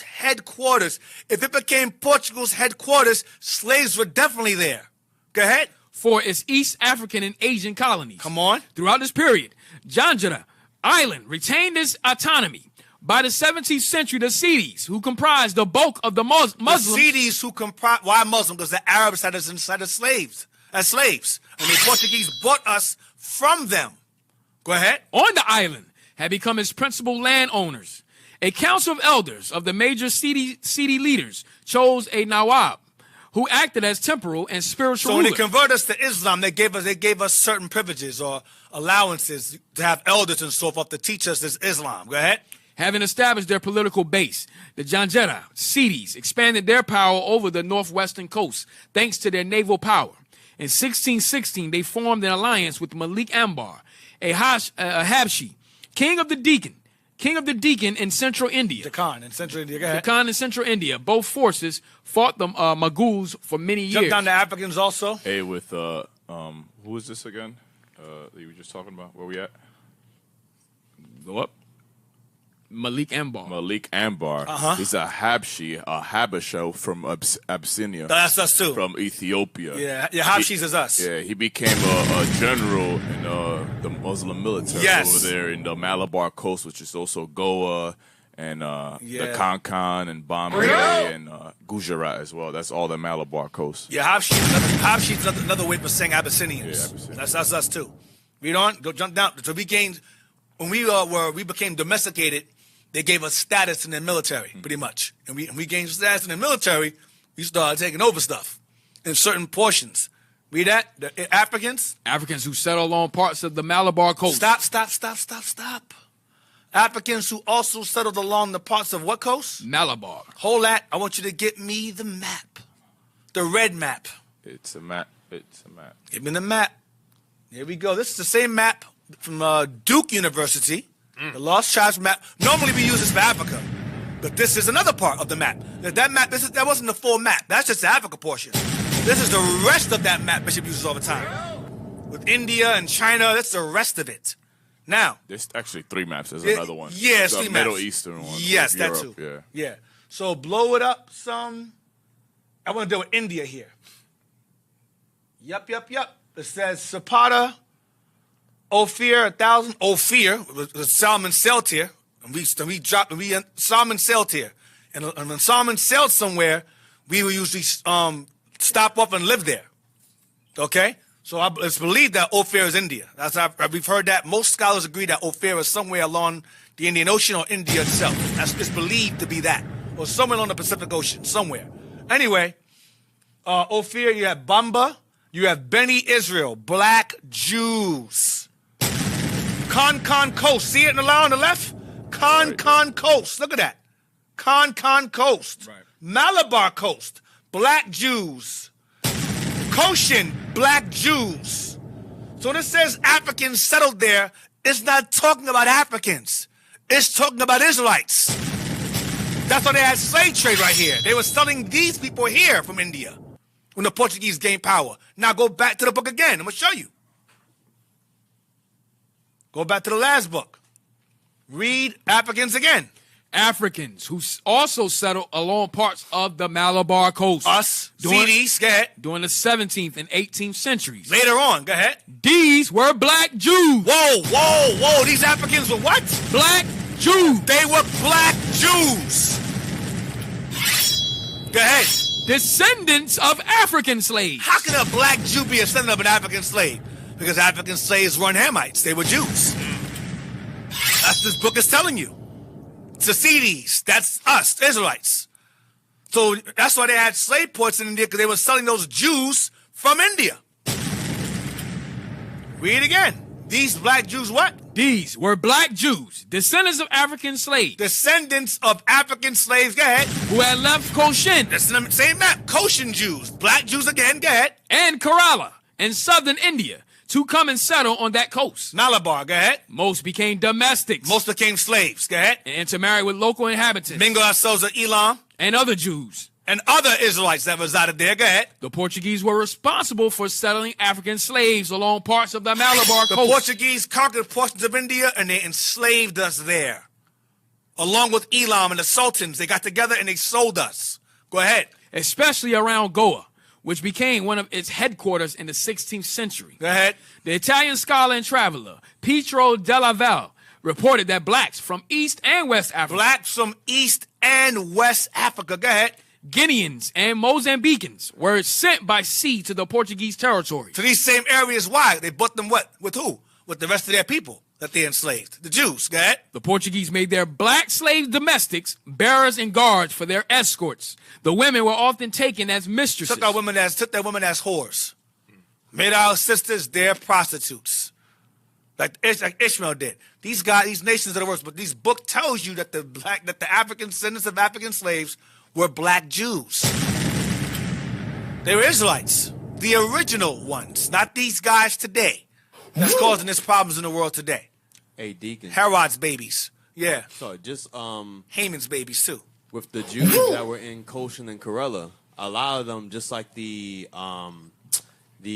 Beta Jews in Ethiopia, a lot of them were taken to Israel and live there currently today. So in Goshen and Karela, it's only about maybe 20 or less families of the actual Jews that live there. The rest of them are being persecuted in Israel right now. And they was protesting about the racism there. Yes, they call them falashers. Yes. They call them Beta Israel. That's our people. That's our people there. Those are our people. Every last one of them. Okay? Now give me the map again so we don't lose a thought. Blow it up some. Go to Arabia real quick. Go over. You see Gulf of Oman. You have blow it up some. You have let me see. Jewish sea kings. It says Hinyar, pre-Muslim. That's before Islam. Yathreb, Judaized in pre-Muslim times, now called Medina, to the top, above Mecca. That was our town before Muhammad conquered it and named it Medina. It was called Yathreb. Judah, Benjamin, and Levi were there first. Go up. Kabar Jews. Seaport from David to Amaziah. That was our seaport, that area there. Seaport from David to Amaziah. Aqaba. Go up. Israelite immigrants. 10,700 BC. Jerusalem. Baghdad. Jewish. Babylonia. Israel was there in Baghdad because the slave port was there earlier. Go down. Go over to. So these are the Medes. That's Northern Kingdom was brought over here during the time of Syria. 720 BC. Northern Kingdom is here. Southern road to India. This is all referred to as Tartary. This area here, Tartary. We're going to deal with that also, Lord's will. Go over. Parthian capital. Go up to the top. It says founded as Jewish colony, 430 AD. Go up real quick. Let me see something real fast. Yeah, watch this. Greeks and Jews on North and Persian times. Right? See that there? Cimmerians, Jews in Thessaly to the top, Thessalonians to the top, in Russia to the left. So Scythians arrive around 600 BC. That's us too. Go down. I'm trying to see something real quick on if I can see it. I think I mentioned Khazars here too. Up top, right here to your left. Yeah, right to your right. I'm sorry. To the right. See that there? Go up. Khazars come around 400 BC. See what that's Edom. Edom there. Khazars south 400 BC. Edomites migrated over there. The Israelis over there, that's them right here. It's estimated that they arrived here around this time. All right? Go down. You got Jews in Thessaly. That's Jews Thessalonia. In to the left. Yeah, that's to the left. So I may go down. Go down to the right. We see Bakata. Go down. Jewish corpse. What did I say there? Tashkent. Tashkent, but it says Jewish had a large Jewish corpse. Had a military. Probably the garrison. Go down. Go over. Now we're going because India and China are next door. Go over. You got the Silk people. I believe that's us as well. We brought the Silk over to them. Moses taught here. I don't know about that. Moses, ain't right? Not the same Moses as a different kind of Moses. A different guy named Moses here. Aramaic something. I don't know what that says. Go up to the top. Genghis Khan had Jewish Mongol troops. That's us. Mongol Jews persecuted by Christians. That's us over there too. Go down. It's all going to make sense after a while. Synagogue over here, Peking. Synagogue 3rd century. 4 synagogues in Xianfu. Go over. Hang Chao. Great Massacre of Jews, 854 AD. That's us there. Jewish records in Kaifeng up here. That's us there too. Okay, that's all I want. That's all I want. So let's go back to where we're at. Go to, give me Isaiah 11. 11:11.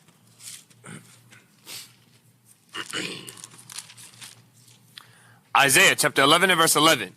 And it shall come to pass in that day that the Lord shall set his hand again the second time. He's going to gather all, he said all 12, but first time, he's going to gather all 12 the second time. It hasn't happened yet. Go ahead. To recover the remnant of his people, which shall be left from Assyria, and from Egypt, and from Pathros, and from Cush, and from Elam, and from Shinar, and from Hamath, and from the islands of the sea. Come on. And he shall set up an ensign for the nations, and shall assemble the outcast of Israel. The nations are the outcasts of Israel. They go by those names. The outcast, come on.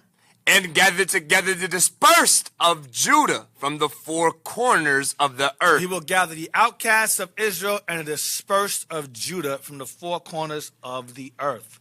That's where Israel is. So you got Assyria. That's like but that's in between Iraq, Iran, Syria, and Turkey. You have Egypt, which goes into like part of Sudan and so forth. Pathros is Upper Egypt.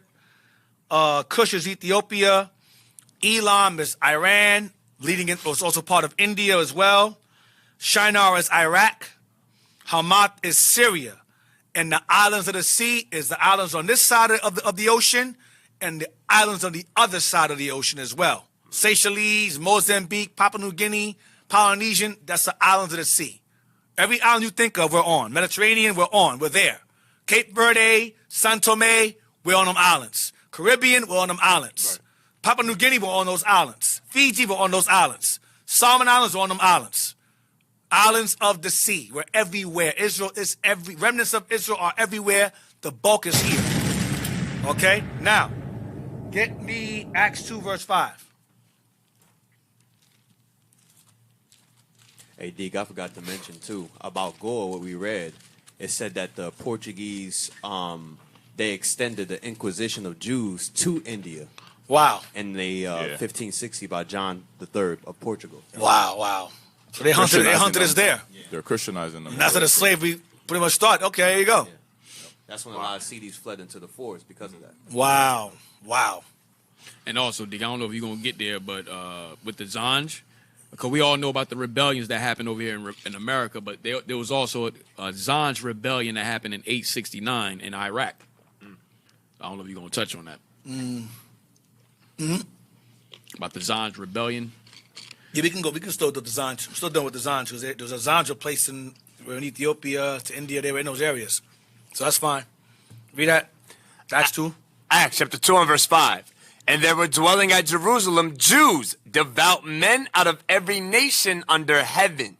Now, when this was noised abroad, the multitude came together and were confounded, because that they heard every man heard them speak in his own language. And they were all amazed and marveled, saying one to another, Behold, are not all these which speak Galileans? And how hear we every man in our own tongue, wherein we were born? Come on. Parthians and Medes. So these are Jews in these lands. Jews from Parthia. That's Persia, Iran, or India. Go ahead. And Elamites. Elam goes, again, Persia is Iran. Elamites is India, Iran is the same landmass. Go ahead. And the dwellers in Mesopotamia. Iraq. And in Judea. Judea is Judea. And in Cappadocia. And Pontus. And in Asia. Phrygia and Pamphylia, in Egypt, and in the parts of Libya and Cyrene. About Cyrene is Cyrenaica. Go ahead. And strangers of Rome. Italy. Jews and proselytes. Jews that converted back to the laws of Moses. Go ahead. Crete. Crete is the island of Greece. And Arabians. Israel and Arabia, like Yathrib. Go ahead. We do hear them speak in our tongues the wonderful works of God. So Elamites and Arabians, we've been reading that all day. Elamites and Arabians, that's our people we've been reading about all day. They're in Elam and Arabia. Give me Esther 1:1. We've been there for a long time. How long? Esther 1:1.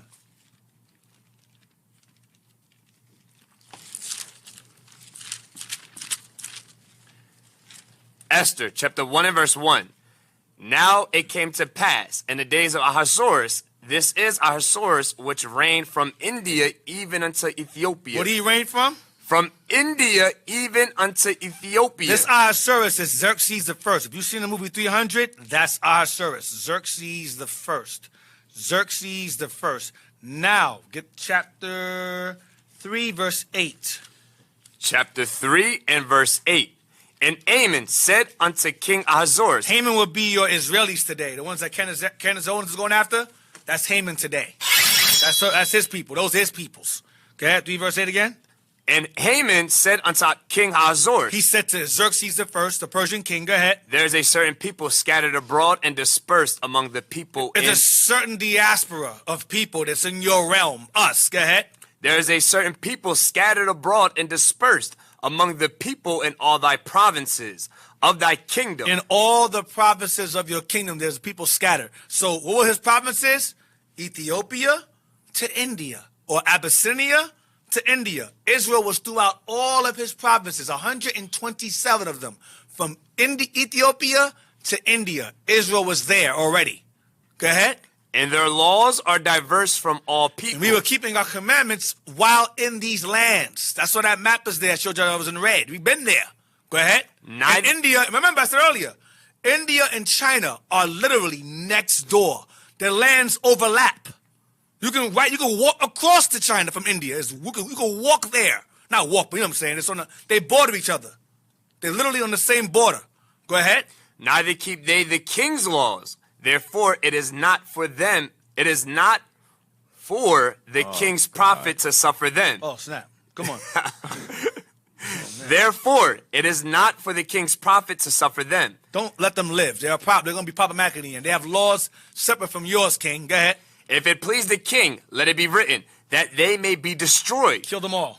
And I will pay 10,000 talents of silver to the hand of those that have the charge of the business. He said, I'll fund the genocide myself. That's why these guys over there in Israel today have no problem bombing Palestinians. It's in their nature to do these things.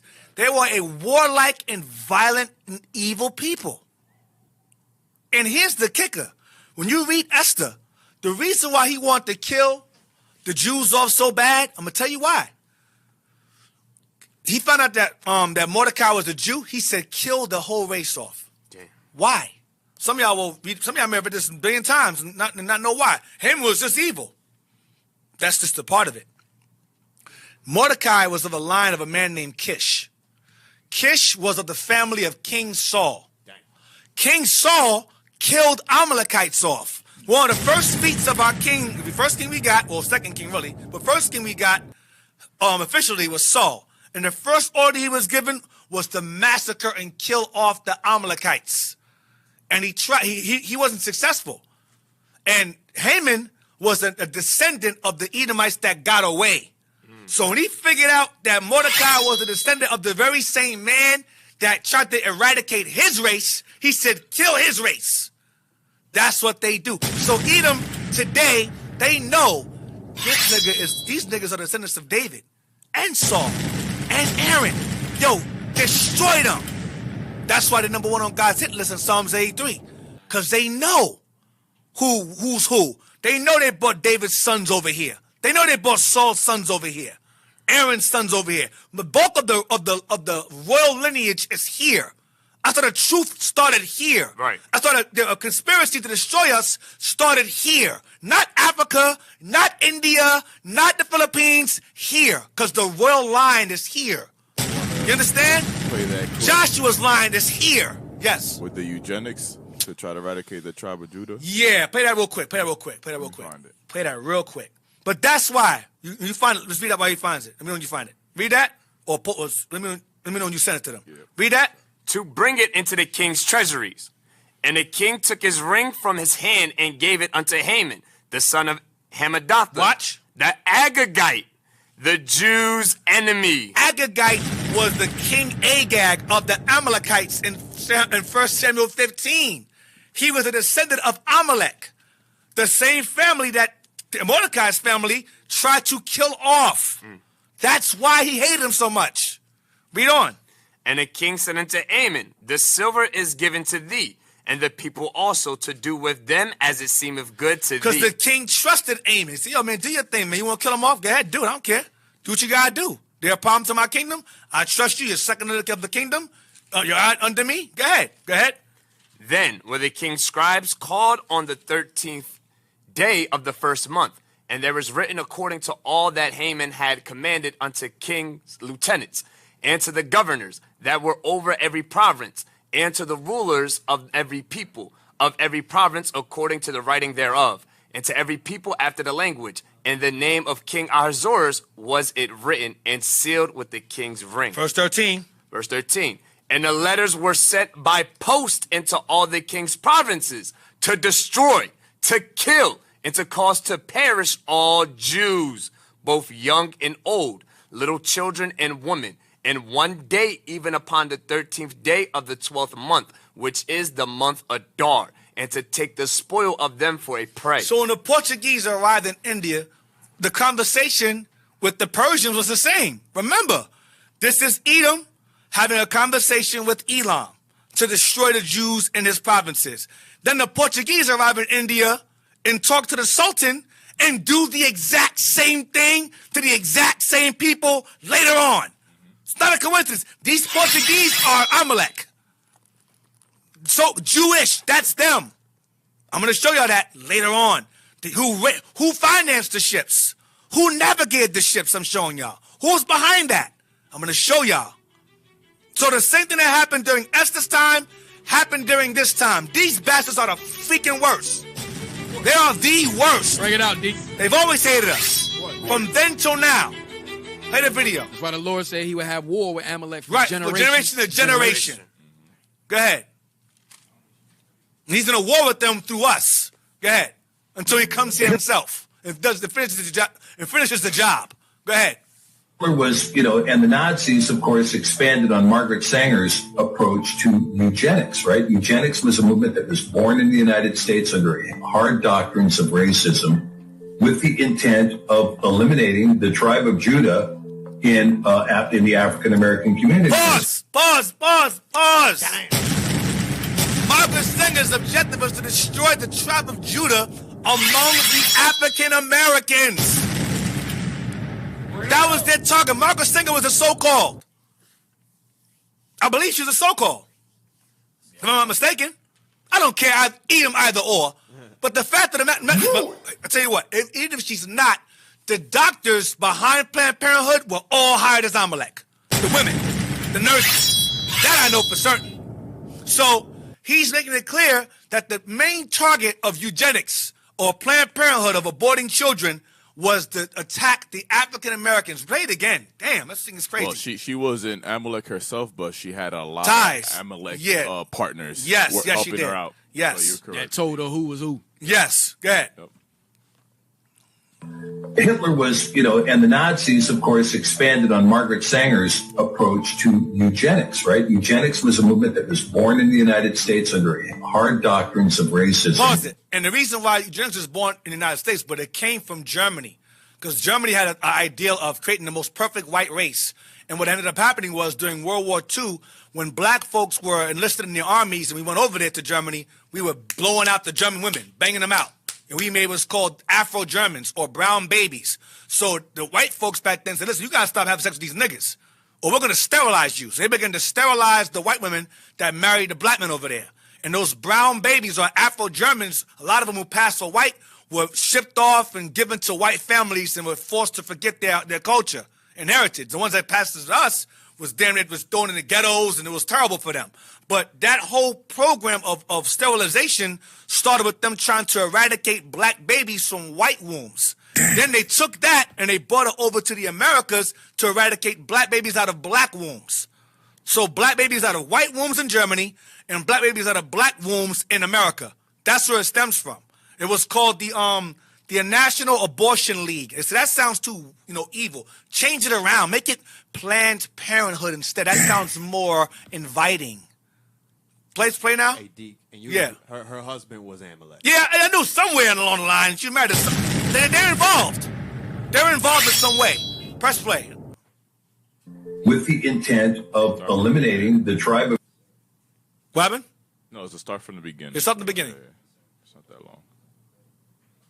Hitler was, and the Nazis, of course, expanded on Margaret Sanger's approach to eugenics, right? Eugenics was a movement that was born in the United States under hard doctrines of racism with the intent of eliminating the tribe of Judah in the African-American community in this country, right? To eliminate them. With the intent of eliminating the tribe of Judah in the African-American community in this country, right? To eliminate them. With the intent of eliminating the tribe of Judah in the African-American community in this country, right? To eliminate them. That's all. So listen, man. When we know what we're talking about up here. We know what we're talking about. Those of y'all who choose to argue with us and oppose, Malcolm knew it. Even the revolutionaries, Garvey, they knew. But Esau, the worst of the worst, the worst of the nations, they know exactly who came over here. That's why they say 1619. They said that's David's sons got over here. They know because we got here earlier than that, but they don't count from 14. They said no. They arrived here in 1619 because 350 years after that. We had the turbulent 60s. That's in order the revolution started. Well, Garvey first earlier on, but the primary turbulence started with Garvey, but Malcolm, Martin. They said, okay, these guys are at that line. We got to kill them off because they know Judah's over here. The truth started with Judah. Fred Hampton, Huey P. Newton, the truth, they know. These weren't regular men. Medgar Evers, these weren't regular men. At all. They were not regular people. So, I'm going to stop it on that. Oh, and this to add also, when King Cyrus ruled over Persia, India was a part of the Persian Empire. So when we read about Elam or, Elam or Parthia, it's pretty much the same thing. India, Persia, Iran, it's pretty much the same thing. All right, just to add that on there. All right, so I'm going to land on that. Hope you guys got something out the lesson. I got through my page, all praises. We got way more to go. So, Lord's will, we're going to cover this thing, man.